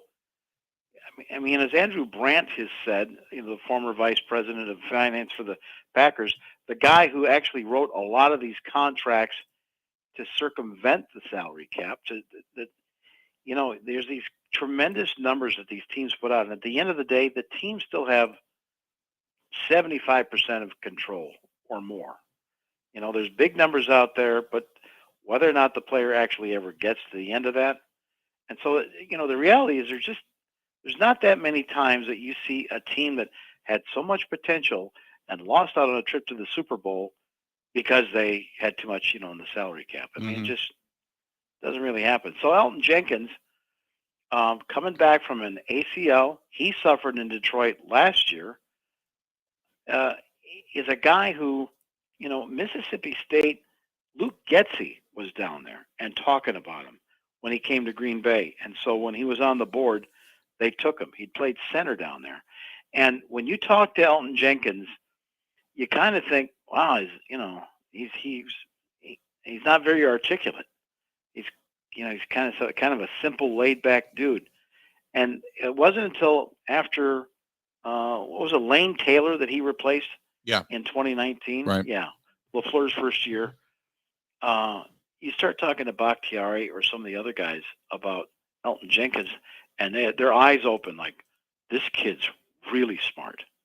So, Elton Jenkins kind of reminds me like the guy that you go to get your car fixed or something, and he's not much of a conversationalist. Maybe you'd want to talk some sports, whatever. And the guy just kind of wants to go back to working on your car. Right. And then you find out when he fixes your vehicle, oh my God, he's a genius. He can build stuff. He's kind of a quiet guy in his shop. So we just talked to Elton the other day, mostly about how Zach Tom was doing. But we asked Elton Jenkins, who's got off to kind of a rough start this season when they tried him at tackle, how he's been grading out lately by their offensive line coach, Luke Butkus, like over the last 4 games.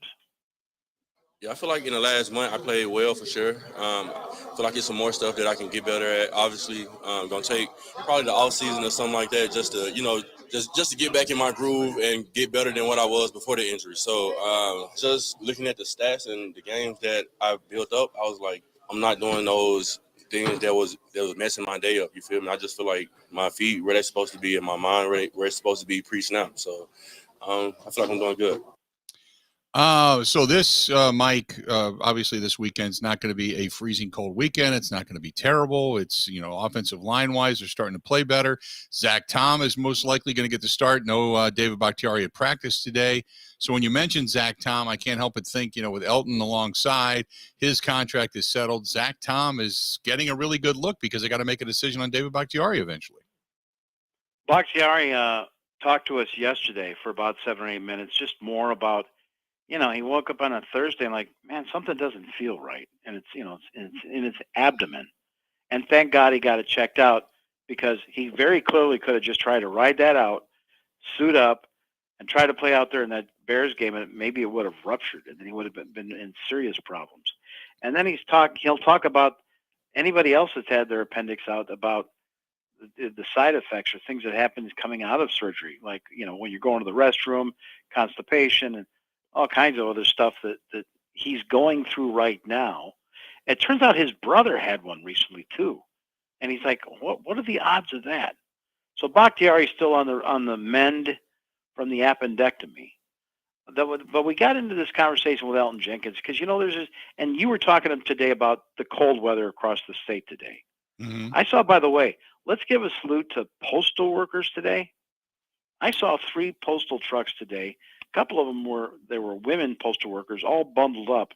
But, they want to get that stuff delivered today or tomorrow, the day before Christmas, right? Right. And it is brutal outside today. I don't know if you've been out yet. Yeah, it's bad. Brutal today. Yeah, it's brutal.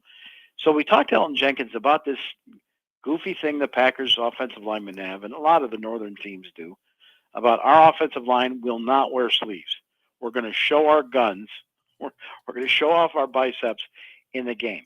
So Zach Tom is a Wake Forest guy. This is the coldest weather he's ever been in. Will he be allowed to wear sleeves if he wants to in these cold weather games at Lambeau against the Vikings or the Lions coming up? As a rookie, I was told I can't wear sleeves, and they harped on that so much. And now we don't wear sleeves, but on the sideline I do put the jacket on because I want to stay warm. I feel like Superman, Batman when you take the cape off and then go out there and perform. But we don't wear sleeves. But me personally, I'm not just gonna say no, don't wear sleeves. I want you to go out there and play. I want you to go out there and be comfortable playing. And if you feel like sleeves is what make you comfortable, I'm cool with it. So if David said it was okay, no, I wouldn't wear them. You're a convert. Yeah. So the last 4 years I haven't worn sleeves in a cold game, and I wouldn't because the older guys told me not to wear them. So I'm just not. So Zach's got no chance. I'm if he wears sleeves, I definitely get on him. But I wouldn't I'm like, if you want to wear sleeves, you can wear them though. I get on them just a little bit though. So, Mike, I know the Packers, practicing in Green Bay. It's cold, but they're inside. They're not preparing for the frigid temperatures that most teams are going to be facing this weekend. At least they get, mid 50s and a little bit of rain down in Miami rather than dealing with, unbelievably cold below freezing temperatures. Like what the Bears and the Bills are going to deal with at Soldier Field tomorrow. And, you and I talk about that 2007 game in Chicago with the 50-mile-an-hour winds. Right. Where I said that, I stopped at an Oasis to get gas on the way to the game, and it was so strong. It was so bad out. I seriously thought they might cancel the game. I mean, I remember getting back into the car and turning on the radio. I was like, have they canceled this thing? Because they made it deem it too dangerous. They moved games like the one from Buffalo because with 7 feet of snow, fans literally could not get to the stadium to watch the game, so they moved it to another city. But Rodgers is right there with you. I mean, he says the coldest he's ever been was at that Bears game where Favre just looked miserable, where the punters with the long snappers go, the balls would curve, and the 2007 NFC Championship game, the loss to the Giants, that ended up being Favre's last game. And Aaron was asked, do you like these cold weather games, though? I mean, because, Favre didn't in the last couple of years. Right. Do you still like playing in the cold? I do. I love when the weather turns and we get to have some Packer football weather. I don't know if you ever like it a lot. You just get pretty good at dealing with it. I enjoy it. There's a physicality to it, the mental toughness that kind of comes into play that I think as a competitor you enjoy. Yeah, I don't feel like the older I've gotten, the colder it feels. Worst on the sidelines, not playing, was 2007 NFC Championship for sure, as we saw with Tom's face and the rest of our bodies. 2008 down in Chicago was really cold. At home against Houston was cold as well. Chicago 2007 was the most miserable I've ever been on the sidelines when the wind was gusting to about 50. San Fran, the first quarter of the playoff game at home, I was as cold as I've been on the field. That was a rough one. 16 in Chicago, warmed up a little bit, but it was still pretty cold at game time. Those are kind of the ones that come to mind. Mike, San Fran, when he says San Fran at home, the first quarter of that game, is he talking about last year? No, I don't think so. I think he might have been talking about the one that they lost the playoff game at home to the guy, the quarterback. Kaepernick? The Kaepernick. When Kaepernick ended up, he's like a third down, and Andy Malumbo was out there limping along because they were running out of linebackers, and he rushed for like 186 yards. That pretty cool too. Plus, going to the press box and that kind of thing. But I'm going to skip ahead here, Ben, to one other thing that goes on, and that's your defensive coordinator of the Green Bay Packers, Joe Barry. He likes to ride a bike every day. It's a big old-fashioned Schwinn bike. Remember Pee Wee Herman? Oh, yeah. It's what the bike looks like. Oh, my goodness. So he rides this thing, year-round. And so lately, when the weather comes around, we start asking him, did you ride the bike today? And he goes, yeah, you guys, I've told you. This is my commitment.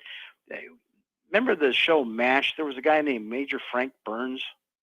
Joe Barry started to remind me of that character a little bit. And so yesterday, we had these frigid temperatures and high winds, and they're going into the Hudson Center to prepare for Florida-like conditions. But he's out there in the Schwinn on the patches of ice in the parking lot. I think somebody saw him almost wipe out. And so he was asked last night at his press conference, did you take the Schwinn bike to practice again today, Joe? What do you think? Every day, man. Consistency. That's what I'm all about. It's consistency, but it's also wiping out too. I mean, that is a legitimate possibility. True. I slid a little bit, but it's all good. I'm getting my bearings.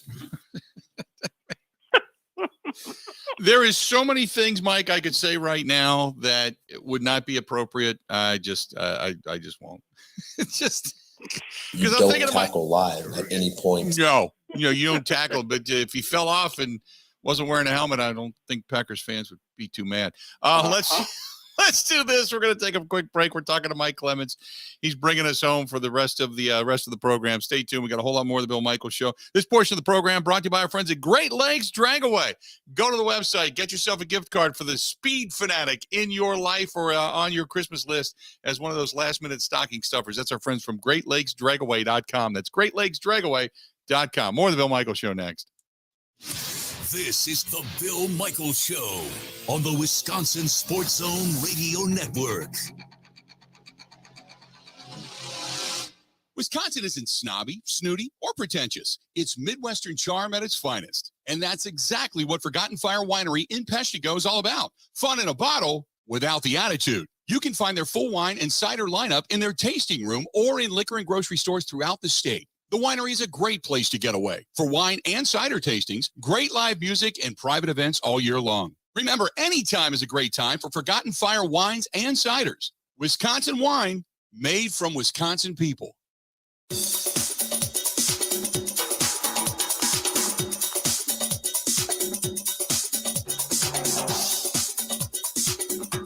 Bill Michaels will resume in 5 minutes.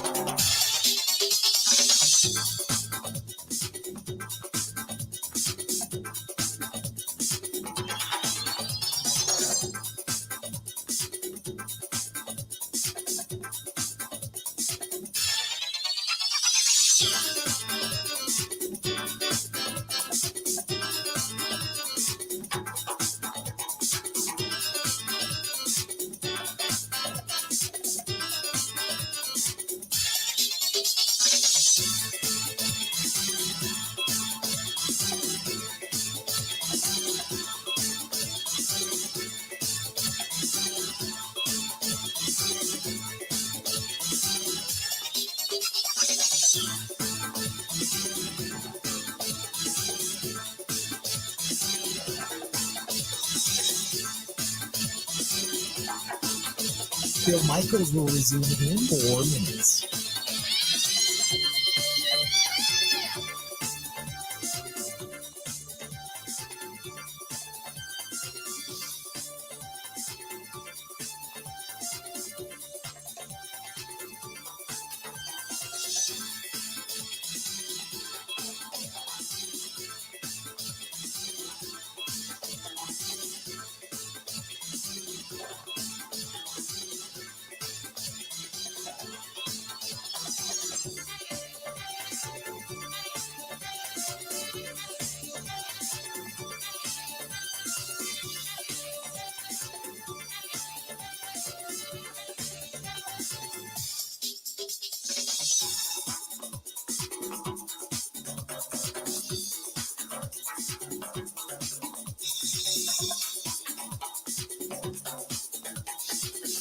Bill Michaels will resume in 3 minutes.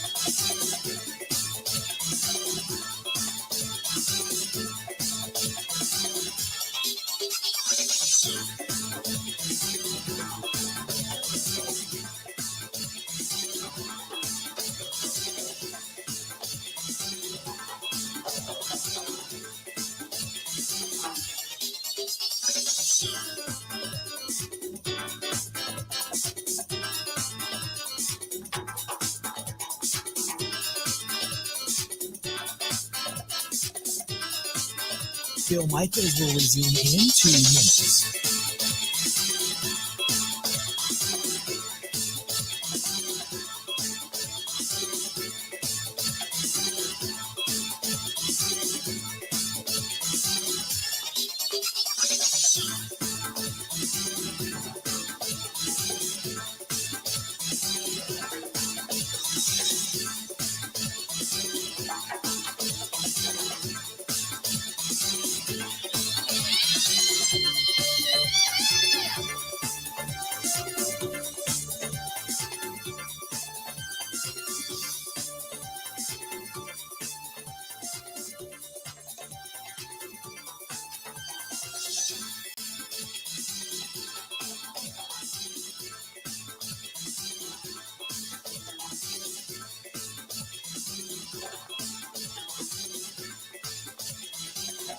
Bill Michaels will resume in 1 minute.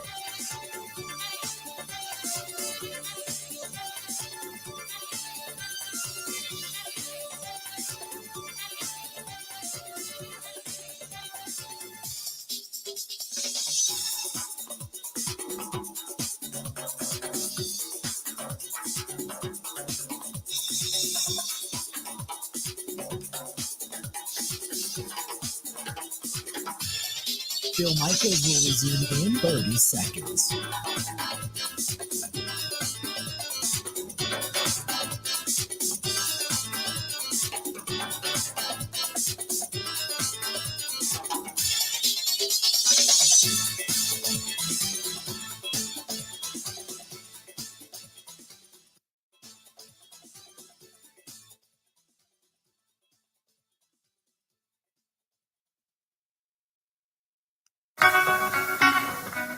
You know, ultimately the players got to go out there. They got to read it the right way. They got to make the correct decisions, and I think that's what you're seeing from him. He's a guy that has been coached the right way in regards to reading with his feet, and he's doing a good job getting through his progressions and getting to the guys that are, open.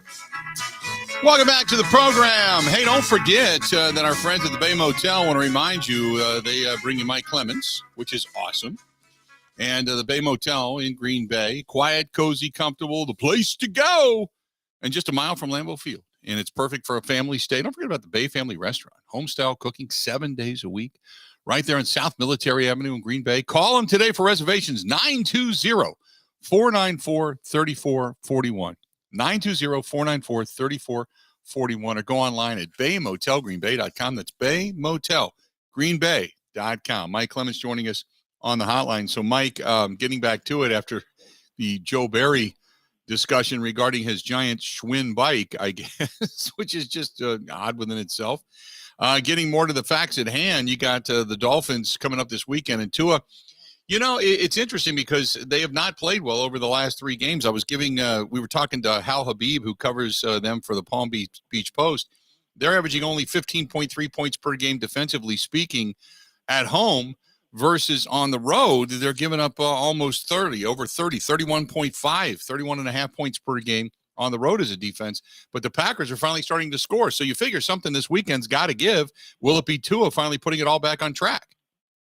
Right. It was their defense that started giving up points. And then you started seeing teams sort of putting different pressures or looks on Tua Tagovailoa back there at the quarterback that got his rhythm off between their run game and their receivers. When they've got things going, though, I mean, they got Raheem Mostert, the guy that gashed you for like 200 yards in that NFC playoff game, LaFleur's first, game out there for the conference championship. Now he still looks great, and if they get him going, that just makes it even easier for these 2 really speedy wide receivers they've got. With Jalen Waddle, the first-round pick, and then you got Tyreek Hill that they gave away all the draft picks for to bring in from Kansas City. So, and by the way, I saw an interesting interview that Tyreek Hill did just the other day on Fox Sports 1, where he said, I was all set to stay in Kansas City. I wanted to play with Patrick Mahomes and Andy Reid, but, we started getting these other offers, and the Chiefs just said they weren't going to come close to paying it. And at that point, he's like, okay, fine, let the trade happen. Well, what the heck? And he's having a lot of fun down there on a team that's competing. So you asked Tua yesterday about this. Does he think that he's sort of gotten over that hump he had coming out of that 3-game losing streak that popped up at that time? I would say, sort of how I see every play. Just had to take every game for what it was worth. Had to let every game stand on its own merit. Don't let what ended up affecting us offensively from the 49ers game to the Chargers game into, the next game that we played, which was against Buffalo. So I think a lot of those things were corrected by, a lot of us offensively. And it took the leaders to step up. And, I would say we did offensively and really just got to continue to build off of that. Mike, we were talking earlier about the head coach of the Dolphins, Mike McDaniel. He looks, and up a great point, like somebody's dad, like his dad. You know what? I'm not going to be here this weekend, son. You go ahead and coach the team. And then you look at his picture coming out of San Francisco, a little bit of a hair tousled and such in there. And I said, he looked like he just came out of grandma's basement after gaming for about the last 48 hours. He's got a different look, man. Football coaches are like Dan Campbell or Mike McCarthy, or, they're big guys and they're imposing figures and they yell and they swear a lot and stuff. And then in walks in this Mike McDaniel's, about 5'9", and he's got the glasses and the hair kind of greased back, and he looks like he's there to fix your computer. He looks like the next door neighbor character, to Sheldon in Big Bang Theory or something. He doesn't look like an NFL coach. Matt LaFleur loves the guy. They know each other going back to their time together with the Houston Texans. And then apparently, even though McDaniel's always been a grinder and a real geek since the start, and maybe a guy that was helping introduce analytics into all of this stuff on offense, there was something about his story where he overslept, and that's why he got fired at the Texans. But anyways, the Shanahan group, they picked him up with the Redskins when LaFleur was there. And then they worked together again with the Falcons when the Falcons went to the Super Bowl. So Kyle takes him to San Francisco. He eventually becomes offensive coordinator. Now here he's the head coach. And the Dolphins, for the third time in 20 years, have got a real shot at the playoffs. But he's just a different kind of guy. Like in that last game against the Bills at halftime, these interviews that the coaches do now coming out of the locker room. Mm-hmm. When he finished with the woman that was doing the sideline interviews, he said, "Hey, nice coat." He said that on the air. The Dolphins are very protective about their players and coaches.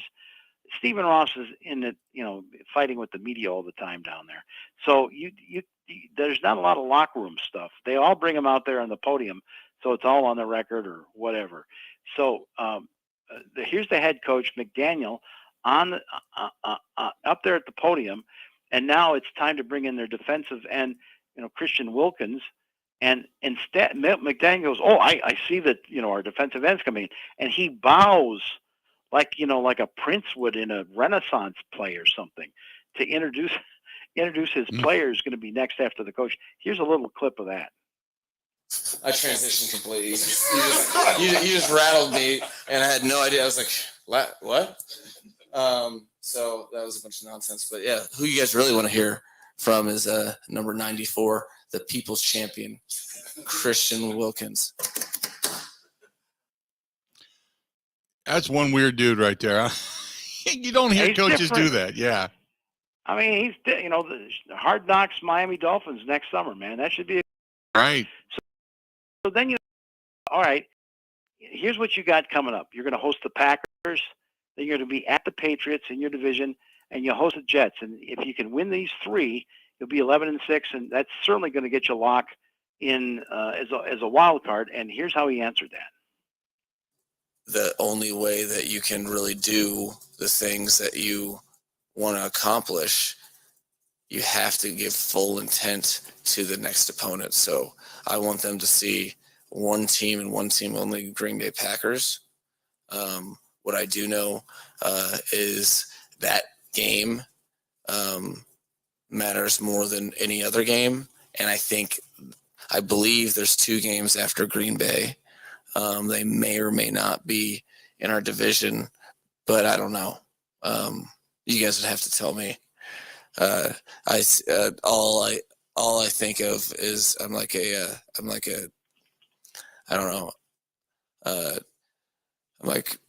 one of your guys' children. And this time of year, all I think about is Christmas. Except this Christmas, there's a football game. What the hell? That's a weird dude, man. Yeah, get a sample, right? Right. It's Oh, time to absolutely. take a sample. Yeah, absolutely. No doubt. What is going on? More towards the X's and O's, though, defensively speaking, Mike, this defense with Waddle and Tyreek Hill, Mostert obviously running the football, they've got some weapons to deal with. Yeah, and what we haven't talked at all about is missing Eric Stokes, who was your speediest corner, but not off to a very good year. Or Darnell Savage at safety, who's speedy. He's been replaced by Rudy Ford. So you go to Adrian Amos and say, hey, when's the last time you faced 2 fast guys like Tyreek Hill and this Jalen Waddle. He says it was when they were in Kansas City against the Chiefs. I know my time playing, nobody has been faster than what Tyreek Hill is. And then you got Waddle, who's not too far behind in speed. They fast. I mean, they can run. It's the same with, when we was playing Kansas City a couple years ago when you had, was it Harmon? Yeah, Harmon and Tyreek. So similar in that you got, two guys that can really run. Yeah, I can't remember the last time that they've had some impact players like this that can get off on you really quick. Now here's the other thing. At least the Packers have all three phases seemingly clicking. Offense is starting to play better. Defense certainly looked better against the Rams. And now you've got a special teams returner that you can legitimately talk about. Yeah, Keyshawn Nixon. He's just come out of nowhere. He might be the best returner they've had since Desmond Howard and the Super Bowl team 31 back in 96, 97. So Keyshawn, we asked him point blank at his locker the other day, why do you think it took this team so long to give you a shot at kickoff return? You know what I'm saying? You never know what's going on in the building. I'm saying it's bigger than me. They didn't know. I didn't know. Excuse my language, but I didn't really know either. So it's just a confidence thing. You know what I'm saying? Once they gave me an op and I'm confident and just make plays now. Once you get your confidence as a player, sky's the limit. Hey, Mike, I want to go back real quick. The hand signal stuff that Aaron Rodgers was talking about this past week and the story that came out. And it seemed like a lot of people in Green Bay took it as some kind of a hit piece. And then after even Pat McAfee read it, he's like, no, this is just common stuff. And it quoted not just a couple of people that were formerly there. It quoted a lot of people and some people that are currently there. And it was just an interesting dynamic and take on how sensitive maybe some of this stuff is that they take it in Green Bay. Yeah, one of them was Amari Rodgers. I'll tell you what, when we come back from break, there's a couple of quotes that I want to play for you on that topic. I think you'll find interesting. Okay, let's do that. I wanted to finish up with Keyshawn with this. Monday night football, Rams, cold weather. He's back there. He's looking like I think the Rams had finally scored their first touchdown. So I put the binoculars on him, and Keyshawn is now dancing to the TV timeout music. And then he looks over the Rams, and somebody is egging him on, trash talking him on the Rams sideline. So he goes over there to see, what do you want to talk about? You talking to me? And then he starts pointing to his biceps. And in the meantime, the Rams are just about lined up. The ref is just about to blow the whistle. They're just about ready to kick off the ball. And he's still over there jawing with somebody at the Rams. And then he looks back and, okay. Then he just easily gets back in his position, looks up, the ball's in the air, watches it all into the hands, and he returns it for 52 yards. I said, that is so cool. I said, who are you flexing your bicep on the Rams bench just before that return? Actually, it was they DN. I can't remember his name. Is it 54? That's his name? Floyd. That's Floyd. Floyd's talking crazy to me on the sideline. Turned me up. Told him I'm gonna do something with the ball. He told me I wasn't, so I had to prove him wrong. That's what this is about. You say anything after that? Yeah, he came to me after the game, said, I respect you. You know what I'm saying? That's all you can do in this league is earn other people's respect around the league. So once you do that, that's how you know you're a good player in this league. Interesting stuff. Let's do this. We'll take a quick break. We'll come back. Got a lot more. We'll wrap it up with Mike Clemens. Coming up next in the Bill Michaels Show. Covering Wisconsin sports like a blanket. This is the Bill Michaels Show on the Wisconsin Sports Zone Radio Network. One of the worst things that you can hear, you have cancer. The worst is when you hear the words, your child has cancer. When a child is diagnosed with cancer, it changes their world. Sometimes they can't even do things that they really love, like playing soccer, riding a bike, going to prom, attending school. Children with cancer spend a lot of time away from others. I'm in the hospital, treatments, tired, nauseous, and they feel isolated. That's where Special Spaces Wisconsin steps in. They provide these children with a special space where they can not only sleep, but they can play, they can heal, they can spend time away from the challenges of their illness. It's a customized bedroom designed just for them. How about a princess castle or a pirate ship or a sports-themed bedroom? They transform that child's existing bedroom into a place that only he or she can imagine, a place for them just to be a kid. This effort is done with teams of dedicated volunteers and sponsors, just like our friends from Pella Windows and Doors of Wisconsin and all the community partners. If you'd like to find out more or to donate, go to specialspaces.org. That is specialspaces.org. Here they come, the holidays. What to get the special people in your life? Good food? Better yet, great meat. Go to SchulzeFamilyBeef.com. That's SchulzeFamilyBeef.com.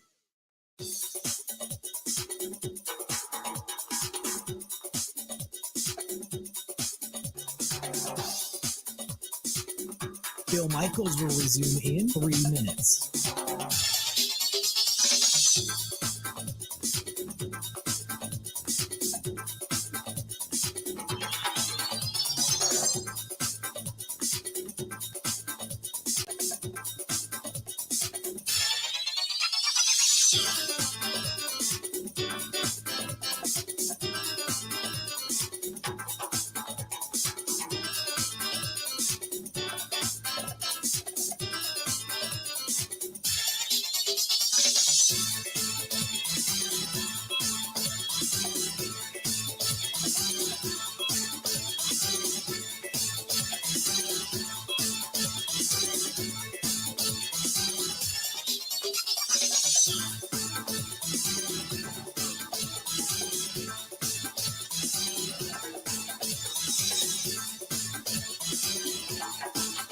Bill Michaels will resume in 2 minutes.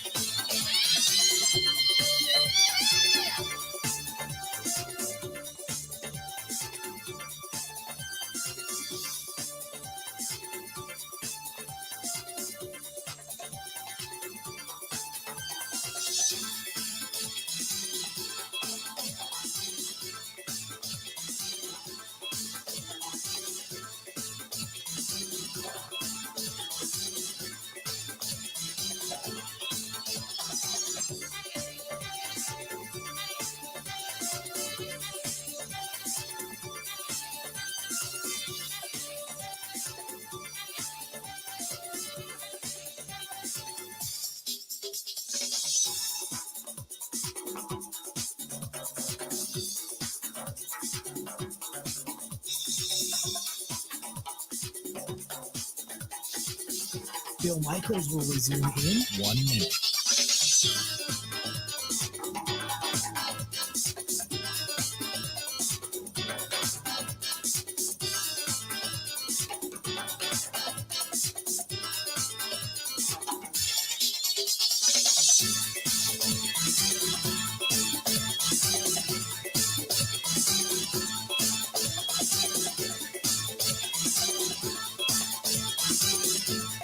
Bill Michaels will resume in 30 seconds.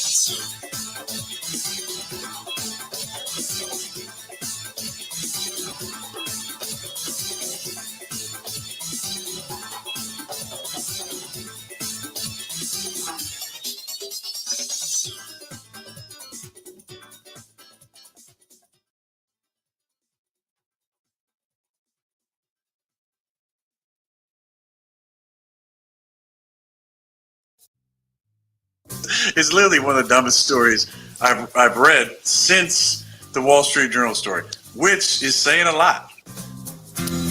Welcome back to the program. Hey, a reminder, the Enchanted North Pole is still going on tonight and then tomorrow, part of tomorrow, over at the Rock Complex in Franklin. That is the Enchanted North Pole at the Lux Bays golf over there. All you got to do is go to luxgolfbays.com. That's luxgolfbays.com, Luxe.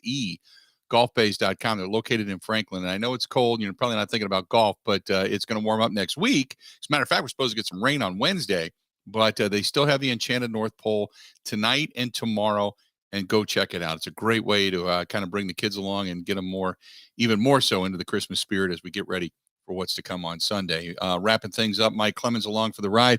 So, Michael, I know Rogers thought it was dumb, but when you read the article, it wasn't a hit piece or anything. It was just kind of taking you behind the scenes at 1265. And it said that these Aaron Rodgers, in The Athletic, Aaron Rodgers has got like these 30 signals. It's kind of a, it's for me to know and you to find out kind of thing. And here's was Rodgers' response. Listen, every signal that's used in the game is probably used in practice that week. And there's hardly any signals that are ever, it's not like there's that many signals. There's some signals in the 2 minute. I think the entire season we've maybe missed 1 or 2 signals on the year for the entire season. So it's not hard at all. Like the fact that this is made to be a story, like I said, is the most ridiculous nothing story that I've read the entire year. And that's saying a lot. Oh, we have signals for our offense that we expect you guys to know. Oh, and then there was something about that it's not written or it's not like stored anywhere. There's not a file. I don't know what that. That's just completely ridiculous. You don't have it in the cloud? Have there been certain coaches who are afraid to teach young guys signals who might not be in the roster later? Once the strategy happen. Yeah, I think that seems like a normal thing. But are the signals used throughout training camp, throughout the preseason, throughout the week in practice? Yeah. Are they difficult? No.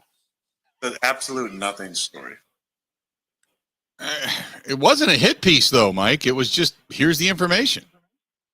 He's kind of thin-skinned about this stuff. Yeah, he is. Rich Bisaccia, a special teams coordinator, they brought him in and said, hey, Rich, during camp, what do you think of these signals? And here's what Rich said. Go to the hand signals, and I got 4 of them wrong, and he kind of wasn't happy about it. So a lot better in training camp, though. I think I got 8 of them wrong in training camp, and I feel like I'm on the uptake right now with the signals. So I am totally not embarrassed by it at all. No, I don't embarrass easily. There you go. It was kind of like, okay, move on. No big deal. Well, he's saying, hey, some of the players have got a point. Some of these signals are too complicated, man. Right. No, I completely agree. I again, it's just you get a little insight into Rodgers, and instead of just saying, that's what we do, and we try to make sure everybody's on the same page, he just gets mad at it. And I'm like, why? It wasn't like they were ripping him. It's just kind of like Alan Lazard, wide open the other night. Nobody around him for 15 yards, and no, you're supposed to go downfield on that play. Yeah. Well. Okay. All right. Okay. Mike, you have a tremendous Christmas. We will talk again after the game during the Green and Gold postgame show. But you and yours and Cindy and everybody there, I know the daughters are going to be home. Enjoy yourself, and we'll talk again soon, okay? You too, Bill, and everybody else listening. I appreciate it. Have a great weekend. All right, buddy. There you go. Ben, be safe, and we'll see you when you get back from Philadelphia. Thank you. You as well. Enjoy the holidays. Merry Christmas, everybody. Pray the plane does not get impacted by the wind.